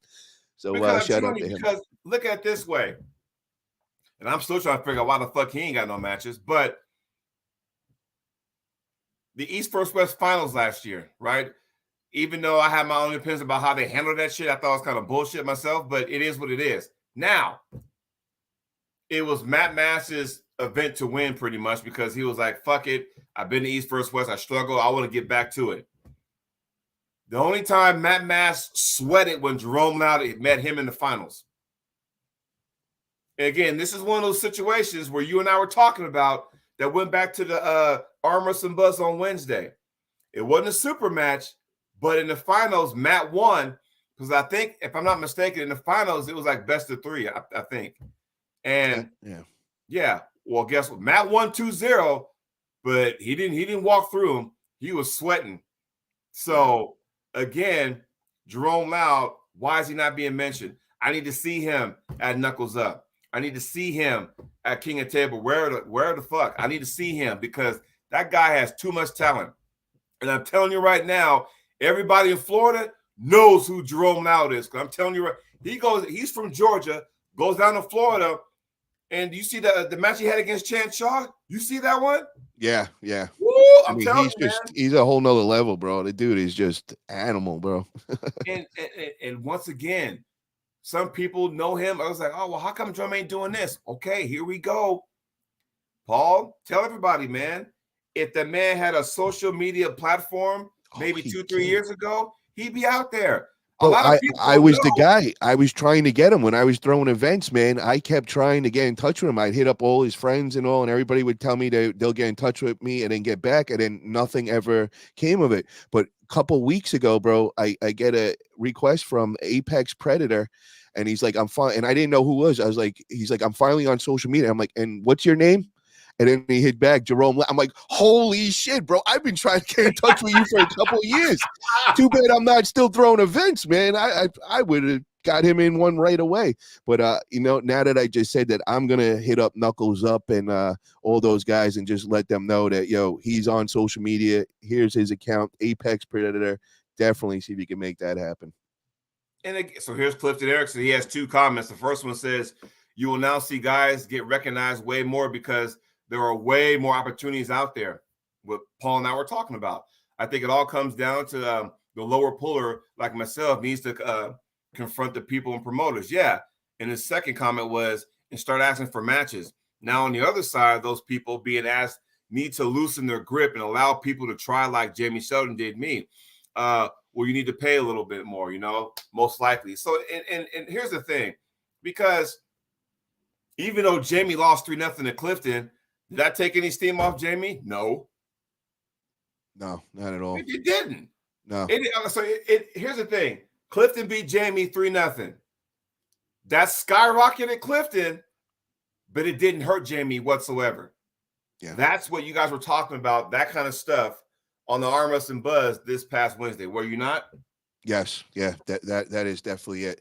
But at the same time, that could backfire. That's what I'm talking about. As far as Jamie, no, because Jamie is also known as a lot lighter guy, and used to compete, 165, 176. So that's where Jamie is top elite level status and all. Don't get me wrong. Jamie at 200 pounds is a real problem in 198s, and he's going to be a force to be reckoned with, but he might not be at that elite level. So him taking on that match with Clifton, who normally I think walks around like a 240 kind of guy, and I mean the dude's been in the sport 10 plus years. Oh, there you go. He got the mask on. Playing some captain over there. You got a captain from the 98 over there. You know what this is, right? Which one is that? That was from the Aries event. Okay. Oh, very cool, bro. Very, very cool, man. So, and again, we're going to give Corey Miller some shine because this was a helmet that Jonathan Vasquez won because he got like match of the day or whatever. So, you know how after parties can get a little crazy, right? Yeah. So he won and he's walking around with this thing. And he was just like, dude, take this home with you. I'm like, why? He goes, because I'm going to fucking leave it in Colorado and forget it somewhere. I'm going to be so hammered. I'm like, okay. He goes, but on one condition. I was like, what's up? He goes, you and I are going to be pulling for that. We're going to be pulling for this. So I'm like, oh, okay. So, because if you notice the Aries logo, it's like a Spartan, with a helmet on. So that's the fucking, the thing. So Jonathan Vasquez and myself are going to be pulling for that. Probably at Washington State in December. But you see what I'm saying? So you guys smash that dude, bro. Smash that. I don't like that dude. Go take that dude for a ride, man. I think you're on a whole nother level, though, bro. I think we've been rivals since the early 2010s, man. That's how long we've been in the game. And it's just funny because now it's like something as simple as this thing right here, right? We're pulling for a helmet. I'll put this bad boy on, and it's like, guess what? It has the Aries label on it, and we're gonna be getting after it, and it's gonna do nothing but promote Corey's event. Yeah. Aries, no problem, right? It's no different when, hey, Italia Promotions, but now it's kind of come and gone now. It was cool to go out there and represent Paul Italia, going to Kansas City, going to Waxahachie, Texas, being part of that crazy weekend. My God, bro, how about that weirdo camera guy, man? That event that was so epic. I will never forget that, man. What a fun time, bro. That's the things. That's what I'm talking about, bro. Fun things like that will get everybody watching.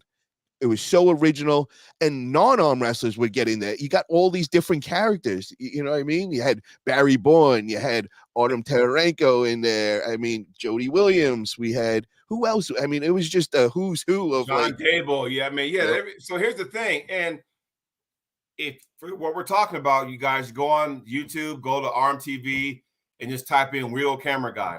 And we pulled for a belt that was it Jason Gully that made that? Never been beaten. Yeah. So I got a hoodie. So hey, Cody Murray, what's up? Cody's in the house. Hey, Cody. We go there and the buildup because it was supposed to be other guys, but then they kind of dropped out last minute. So how are we going to do this now? Because remember Alex, the brother of fucking what's his face, Schoolboy, Alex Top Row. Yep. Yeah, he was supposed to be in it. Then like last minute he couldn't make it or something happened. And it was like, okay, so how are we going to fucking do this shit? They replaced some guys. Travis put it on. That was a crazy weekend. So we're in this fucking bar and shit. Yep. And the build-up, because, hey, you have Billy Ortegas out of Texas, San Antonio. Yep. He has a following, Hey, you got Artem, Top Row. He has a following. Gary Roberts was in it. He got a following. Oh, my God, I forgot. Yeah, Crazy Gary. Yep. / weirdos. So I guess I don't have a camera, so I guess I'll be a weirdo, I guess. But the build up to that was that, oh man, it might be fucking, it's either going to be Artem or Jody. Yep. But on the side, it was like, who's going to win the fight? Is it going to be Barry Bourne or fucking Gary? It was supposed to be a fucking fight. I mean, it was like, that whole weekend was crazy. Then the Friday night, it was a Thursday night? Yeah, Thursday night. Travis is like, oh, yeah, it's going to be me and Michael Todd. We're going to go ahead and do this. And everybody was going to watch. And it was just that fucking video punching thing. And, Michael was like, okay. He went back on his channel and said, hey, I just want to apologize. I know I kind of led you guys on. I just want to apologize. Of course, Travis is Travis. I ain't fucking apologizing to nobody. I'll go, yeah. That's that. So 13 wins. Artem wins both belts. I come in second to him on both hands. I'm like, fuck. Then the next day is the fucking ruler of the nation because that was Gary Roberts' baby, and he refreshed that one, which we need to get that going again. Yep. But hey, he ignited that. You needed like 31 wins or something crazy like that, 31 or 21 or something like that. Yep. So get this, guys, and Paul, you were there. So everybody in the chat, check this out. So in my weight class, there's only 3 weight classes, by the way: 76. 209 and 210 and over. So obviously the heavyweights are going to be fucking just sporadic, right? Because my weight class had Roger Learn, Herman Stevens, Russ Schrader, Jonathan Brito, Wayne Withers.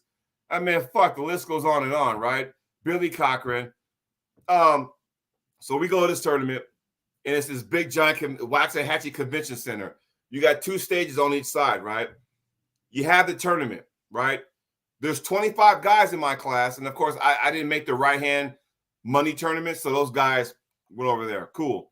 So left hand, we go, and guess what? I didn't make it, right? I didn't make the guy. I think I had like 2 wins, 2 losses. They're taking the top 8 and going to the other stage across, same convention center, but just over across, right? Yep. You had chairs facing this way, chairs facing that way, and because where I was placed, I just missed the cut. So now, of those 8 guys, they had to go reshuffle for the remaining 17 guys and run a tournament after that. That's how crazy that was. Yeah. That was amazing, man. Lots and lots of fun, and we had the seminar going at the same time on the other side of the room. On the other side of the curtain, you had Michael Todd, right? And you had Corey West at one table doing Luke some stuff. Kent.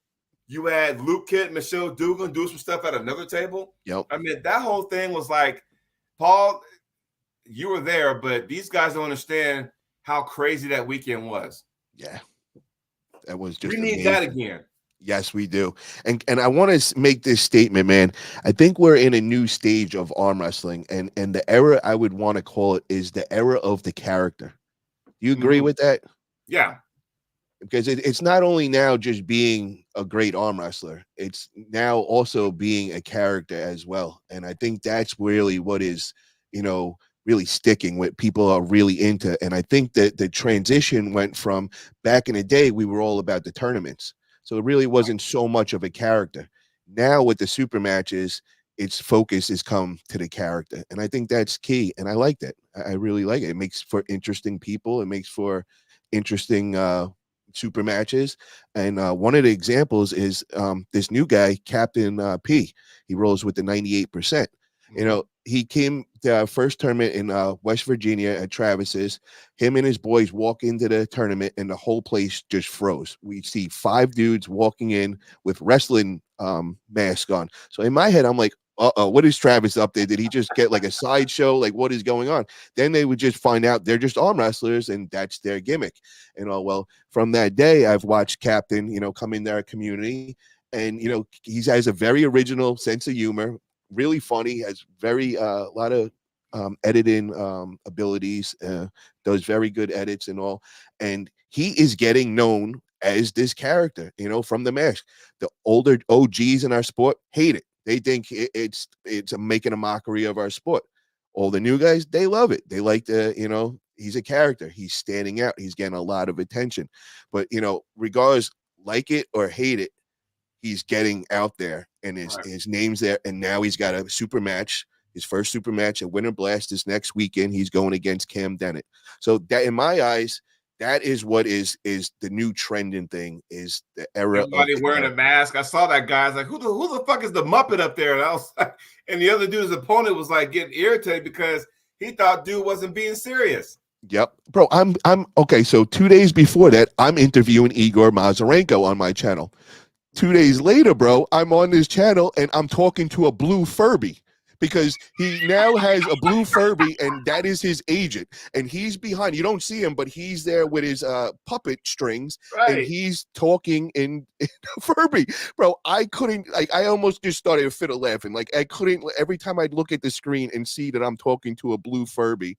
But I'm also looking at his opponent, Cam, and Cam is like getting so angry. Cam is so serious about arm wrestling, doesn't like this whole, gimmick with the mask. He calls him Captain Pretender, and he wants Right. to expose him and say that he's not a good arm wrestler and he's going to destroy him.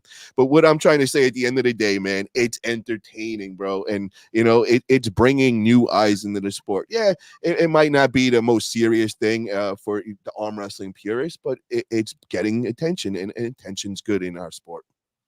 Well, for the old school pullers who don't like what's going on this right now these days, and it's not for them. I totally get it.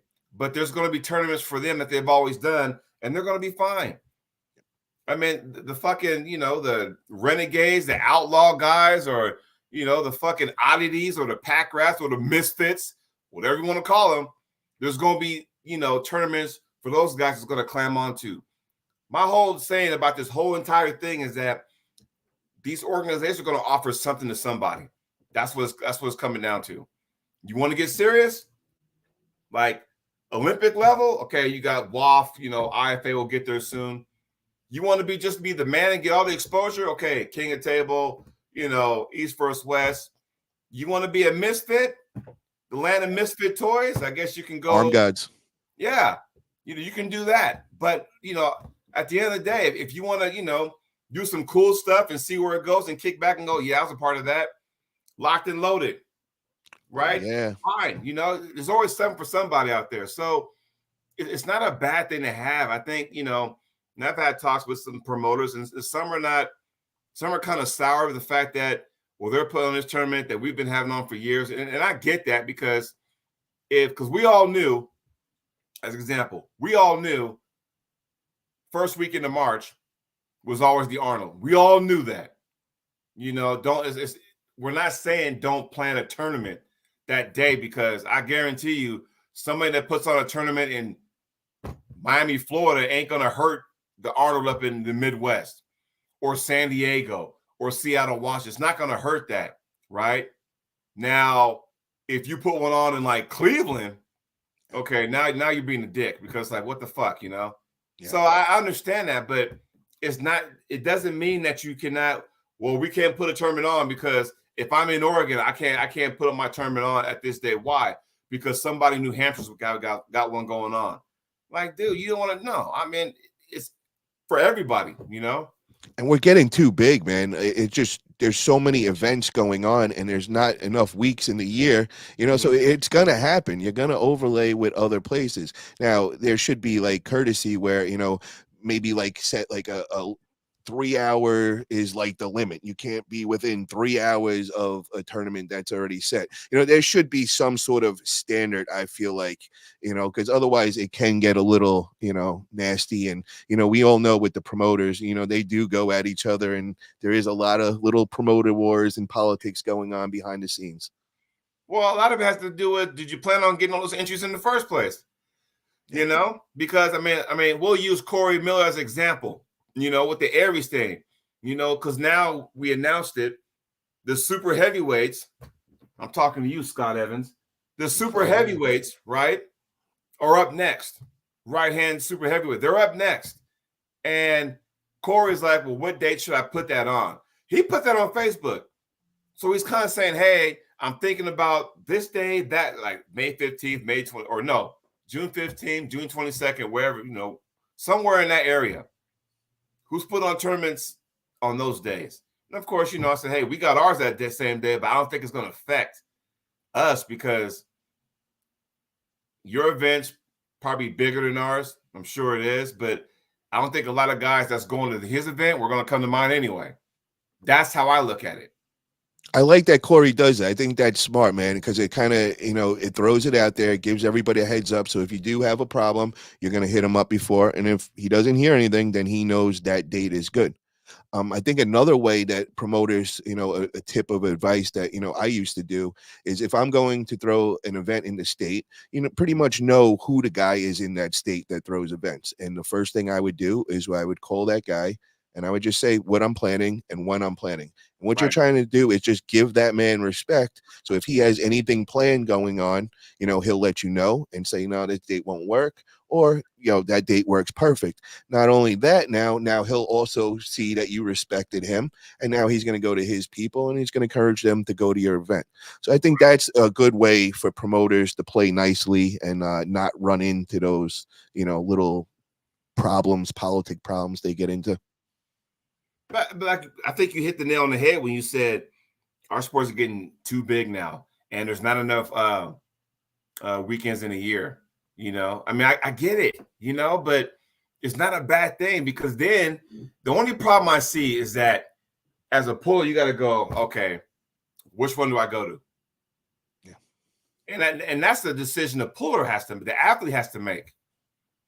Well, Jody, goes back to what you were saying before. Who's going to be paying our expenses and our appearance fees now? That's where we're at with things, man. Because there's just so much stuff going on. You kind of got to get to that, man, where you're not going to be coming out of your pocket now to help promote other events. Now, hey, trust me on this. There's been times I'm like, I'm not going to go to this event because I got something coming up maybe 2 months later that gives me some more time to train. And damn it to hell, if that event didn't go back, come and gone, and go, fuck, I should have been there. Yeah, it happens, right? It happens. I get it, But like I said, I mean, my next event is not gonna be till July, so I got nothing but time to go ahead and train for that. I want to go down there and wreck somebody's weekend and do what I do, and and I'll be in front of a camera, wherever the fuck, and just have fun with it, But I don't have to go to every tournament though. I don't. We're at a point now. Name recognition, Paul, name recognition. You don't have to go to every single event just to do that. You don't have to sit there and do that. You know, um, just know, I know who I am. You know who you are. You know what works for you. I know what works for me, and we go from there.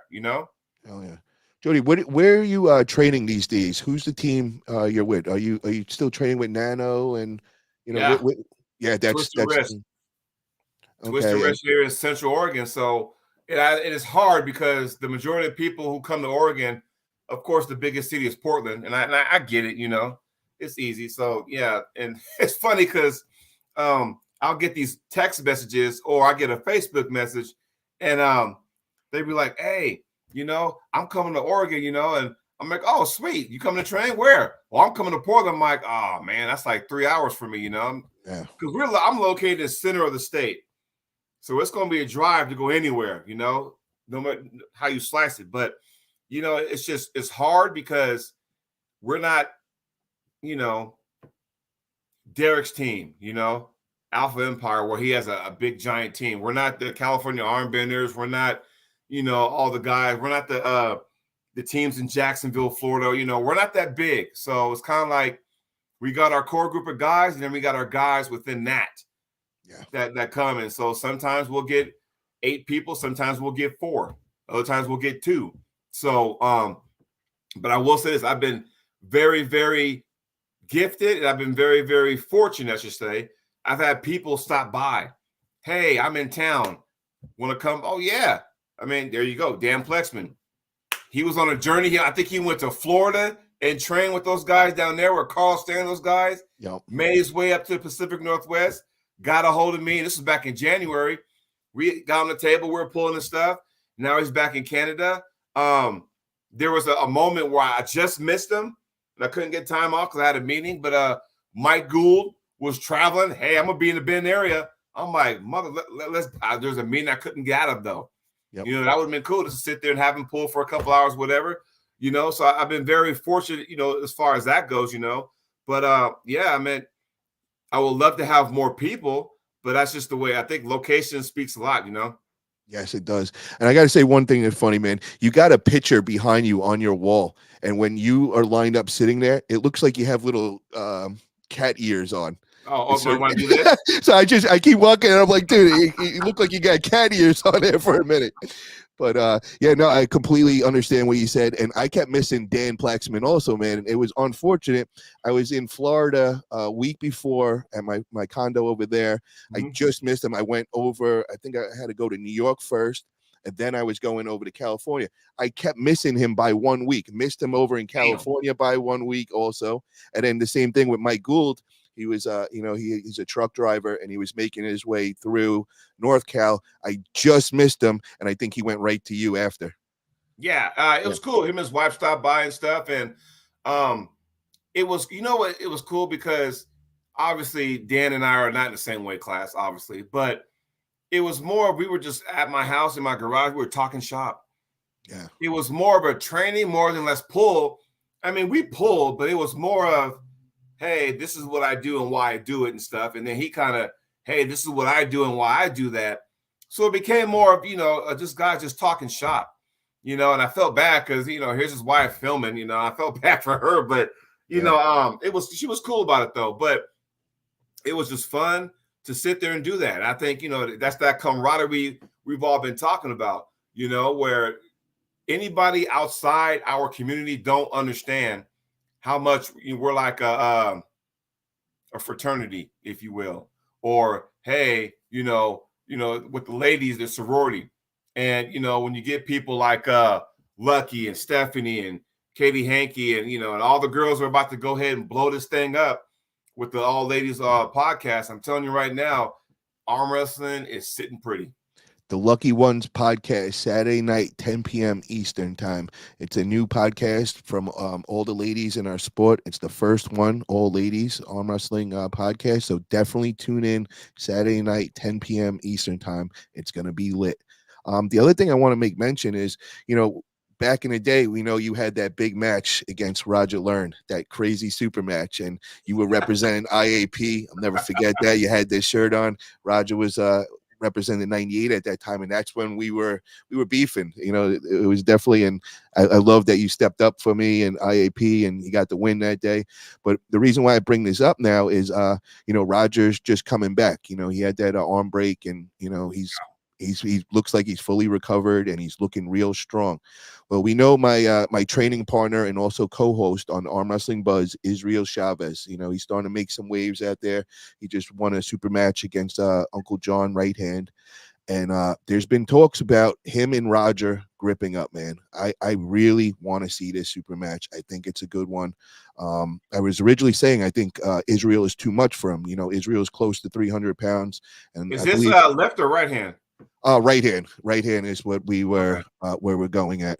But Roger's saying he wants it, man. He wants to test it, and he said he would get bigger and all that. So, hey, if any organizations or promoters are interested in a match like that, I think there'd be some fireworks. It would get a lot of hype.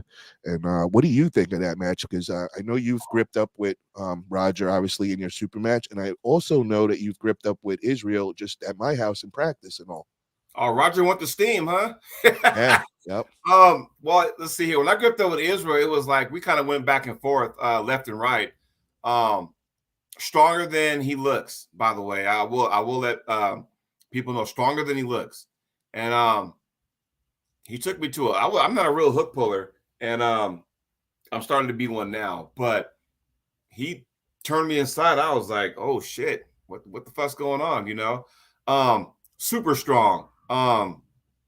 Damn, was that 4 years ago? Maybe, I think 3 years. Really? Yeah. Okay. I came up there. I came to your place and hung out with Barrios, and we went to Eric Wolf and Nancy Locke's place. Nancy And Locke. no, Eric Waffel. Sorry, Eric Waffel. But with Roger, it was just left-handed. He was supposed to be in that 64 man, but he had to pull out for whatever reason. But that's gonna be interesting because that right there, and you said it's right hand, right? Right hand is that's what I'm thinking. They haven't made anything in concrete or whatever, but I know Israel as a right hand puller. That's his money arm. He is decent on the left, but I don't know where Roger is right and left. But I think right hand would be a good one. Isn't Roger known for his left though? I'm not too sure, man. I'm not in the super heavyweight, so I don't know, everybody's money arm and all. Right. But if that is the case, I'm sure Israel would be down to pull him left hand. Israel's got the weight advantage and all. Israel's not as known with the left, but I mean, Israel is just tremendously strong with any arm. So I think they should go ahead and do it. I mean, why not? Because yeah. And here's Levi. How long did we meet, Jody and Paul? We met at the Tulsa, Oklahoma event. The Throwdown at the Foxhound. And then my man Russ Trader's in the house. What's up, Russ? No shit. That's an awesome match. Trying to figure out where would you have that match? Would that be a match? That might sound like a Winter Blast match. That might sound like a Knuckles Up match, maybe. It could be, or even Texas, because I know Roger has family in Texas, and Texas isn't too far from us over here. But I mean, we're open, whatever, man. Israel. I'm just trying to get Israel out there. That's my my up and coming. Even though he's 10+ years in the sport, but he's a young guy and he hasn't got out there that much. But since I've got him on the Arm Wrestling Buzz, his name's flying everywhere, and now everybody's challenging him. Everybody wants to see him. So my goal is to get him active in 2024 and taking on these matches. And I was very, very impressed, man. He went against Uncle John. We were over in Vegas at Brandon Allen's practice. It was last minute thing. They just decided right before then they were going to have a super match, and he got the win, man. And we know Uncle John is just a beast these days. He is so massive and all. And Israel looked great, bro. And I think he wants more. He wants to get some next. So, I heard Roger talking, and I think that's a good one. But we're also open to any challenges. People were saying they want to see Brandon Allen against Israel as a match. I think that's a really good one. But just mind you guys got to remember Israel's last big win in California in a super match was against Tony Tomlinson right hand. So that's the power level we're talking about. Israel is no joke. Right. Well, there you go. Levi Prince says, I would be down to make a trip to Texas. So whatever promoter is down there, I mean, Levi's a big dude, man. Like, I like that one, bro. Hey, you remember his match, right? Oh my God, yeah, bro, hell yeah. Levi So is I a mean, and that guy, and of course, the weight class. I also pulled the super heavyweight class too, and got just demolished by him. But that was a fun weekend too. Shit, I think, uh, fuck, man, that me and that Greg Mayfield, wow. that long ass match him and I had, and fucking, I was down to here, right here, pin pass about right there. See this right there. I Yeah, brought it all the way back and won. That was fucking the best match I ever had. Just to fucking, and then come back. But the Levi energy was there there. was just nuts that day, bro. Lots of fun. Levi was there, and Levi, man, he's also a guy knocking on the door. So, line them up, say. So now I think here's the thing. Israel's in a position where he's like, okay, now I got this guy, I got Roger. Levi said, he wants to rub. I mean, what can we do? So he can sit back and go, okay, what are our options? And then you got to go, okay, hey, Levi said he'll make the trip to Texas. Okay, cool. Well, what kind of events they got going on down there? Who you got to get a hold of? Billy Ortegas, Anthony Lowe, Sarah. Shout out the Flash Pin Productions. Have you seen Woo! them, There it Jody? is. Oh man, There it I am is. so impressive with them. We got Dustin Pulls, he's kind of like their face, like their Joe Rogan and all. Marcus Tedesco, Trey Johnson. These guys are doing it big, man. I got to see them a couple months back. I went over to an event in Houston at the AWU, and when I showed up, man, and I seen the setup these dudes had, they had the full table with like 4 different mic setups. I actually went on with them and was commentating for part of it.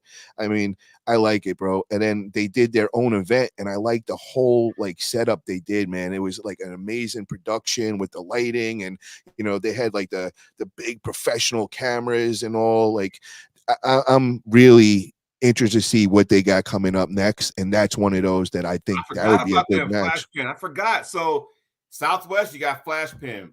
Northwest, Montana armbender. East Yep. Coast, knuckles up. I mean, what the fuck? Levi, he's 6'3", 360, and he said, my hook is getting nasty. So take that how you want it. From what I'm hearing, it sounds like he wants to smoke and then some. Yeah. And Levi is that character, man. For guys that don't know Levi, he's got the look. He's the character. He reminds me of like a professional wrestler, man. He's just like he's got his outfit that he wears all the time. He's got the hat and all. And I mean, when you see him in person, he is so damn wide. He's just like he looks like a refrigerator, bro. The dude All is right. just monster, man. So think about that. 6'3" and 3. I don't know what measurements Israel is. I mean, Israel's not small either, but I don't know what the measurements is. But I think he's 6'1". No, he's probably 6 foot and he's 300. there Yeah, you go. yeah. So again, I mean, look at that. Levi says he wants it. So man, like, hey, what do we got to do, Paul? Because I tell you what, hey, Levi, here, I'm gonna put something out for you. What do you? Oh, he said he had 24-inch arms too. Okay, now we're talking Python measurements. So check it out, Levi. This is what I want you to do because I follow him. I follow him on Instagram, and he's putting up massive numbers. This is what I want you to do. Next Wednesday, I don't mean to step on your toes, Paul, but next Wednesday is the Arm Wrestling Buzz, hosted by your boy Paul Italia. Israel is one of the co-hosts. So here's your homework. I want you to get up on the show and say, Israel, I'm your Huckleberry, wherever the fuck you got to say, however that works out, and throw it out there. Because if my instincts are right, you're saying, hey, I wouldn't mind making a trip to Texas. Hey, I'm 6'3", 360. Hey, my hook is nasty now. I'm thinking, all right, if I'm hearing this, Israel, you say, hey, I'm getting offers. There's an offer right there. So you need to get on the show. That way you see Israel face to face, make that shit happen, and then we go from there. That's what's up, man. I'm feeling that, man. And this Wednesday night, we're gonna change the timing just for this Wednesday because I'm leaving Wednesday night, taking the flight over to Winter Blast. So I'm gonna post up what time we're gonna be doing the Arm Wrestling Buzz on Wednesday, but it will be a different time. It will be earlier in the day. But Levi, here's an invite, brother. Hit me up on Facebook. We'll get you on there, and we can make that happen for sure. You might see your boy Chocolate Thunder at Winter Blast next year in 2025. Oh fuck yeah! I wish you were coming this year, man. I really wish you were, bro. But I know you got so much things on your plate right now, and you Yeah, got to do what you got to do. Family comes first, and all. I got you, man. We've been on here for man. That was a quick ass 2 hours, wasn't it? Hell yeah, bro. I can't believe we've been on that long. Holy shit! Woo! Had a good time, man. For real. And springtime is coming. It's like fucking 4:53, and about 3.5 months ago, it'd be fucking nighttime already. So the sun is still out. So I'm thinking, hey, I'm loving this. So I'm gonna go ahead and put a bow tie on the show, but because I know grinding will be on with another hour or so. But there you go. just want to say, Paul, man, thanks for coming on the show. And this is the kind of stuff I'm talking about. We sit up here, we talk shop. That's how a show's supposed to go. I know and Stephanie's on there. So again, tell the girls out there, because what I used to do when I first got this show is that I would sit there and have some questions written down. I would ask them and then let them go. After a while, I was like going, man, we just talking. We just talking. That's all it is. And when you're just talking, there's no stress. But we just pick a subject. Let's talk about it. Pick Nanya, why he's being weird and wackadoo. Let's talk about it. Igor's coming back. What you think? Yes or no? Let's talk about it. Whatever the fuck, different organizations. That good for the sport, bad for the sport. Let's talk about it. That's all it is. And for you and me to get there for almost 2 hours and talk about this stuff, I'm like, damn, was that really on this fucking show for 2 hours? Hell yeah. So, man, appreciate the show. Appreciate the love, man. Appreciate that. Once my schedule shifts again, April 8th, then I rotate again. So then I'll have Tuesday and Wednesdays off. Oh, nice. So Wednesdays, that's gonna be on the buzz, baby. Night. So I might hop on there and be like, hey, what's going on, y'all? But yeah, Levi, hop on the show. Israel will be on there. And Paul, you do your magic. You do what you think you need to do. Matter of fact, you might get off this show and be like, hey, Izzy, call me up, man. Let's talk shop for a second. I got something on the line. Hell yeah. Woo! And guys, one last shot, man. So March 23rd, man, check it out. Winter Blast. It's going down Saturday, 3 p.m. Eastern time is when me and Nanya's main event match will be taking place. You could go see it on the 98 YouTube channel. Check it out there. Also, a day or two after, I'll have the full edited version on my channel. So get over to Paul Italia YouTube channel. Make sure you subscribe over there. And then every Wednesday night, we have the Arm Wrestling Buzz. It's one of the hottest arm wrestling podcasts out right now. Every Wednesday night, 9:30 p.m. Eastern time. Always a lot of fun. Always got some good guests that we communicate with, and lots of things going on with that. I also want to shout out another big event going on March 23rd is Valhalla 3 by the Arm Gods. Major stacked card, 18 super matches. They got that Uncle John versus Evan Burgone tack match, which hate it or love it. I love it. It's going to put so many eyes on the sport. Definitely get behind them and support them. Jody, thank you for having me on your channel, bro. It's always a pleasure, man. And just like I said, you always have an open invite on Arm Wrestling Buzz or anytime on my channel, brother. And one last thing, because of that Uncle John Evan Burgone match, Thumbtack is getting so much love, people forget Ron Bath versus Ryan Bowen. And ain't nobody be talking about that. Yes. What the fuck, dude? That's the main event match. That is going to be a great test for Ryan Bowen that day. Can he go and get a win over a legend of our sport? That would be the biggest win of his career. Ryan is definitely leveled up, man. Just from his appearance, you could tell he's putting in the work. But I mean, when you're going against a legend like Ron Bath, man, you got a real challenge in front of you. So really excited about that. Wishing both athletes the best of luck. Love them both and all. And definitely get behind all that Arm God shit, man. I love what they're doing, man. Big things. Yeah, sure. I may chime in tonight at 98. You never know. Yeah. Oh, definitely, bro. Come on, shoot the shit with us, man, for sure. Tim Breslin's on the card. RVJ is on the card. Yep. And all we talk about is the Thumbtack match. That's how crazy that card is. For real, man. For real. All right, man, I'm going to let you go. So I go ahead and run some errands right quick, man. You be good, everybody. Thanks for joining us on the show, and we'll see y'all next time. Later, guys. Peace. Ha, ha, ha.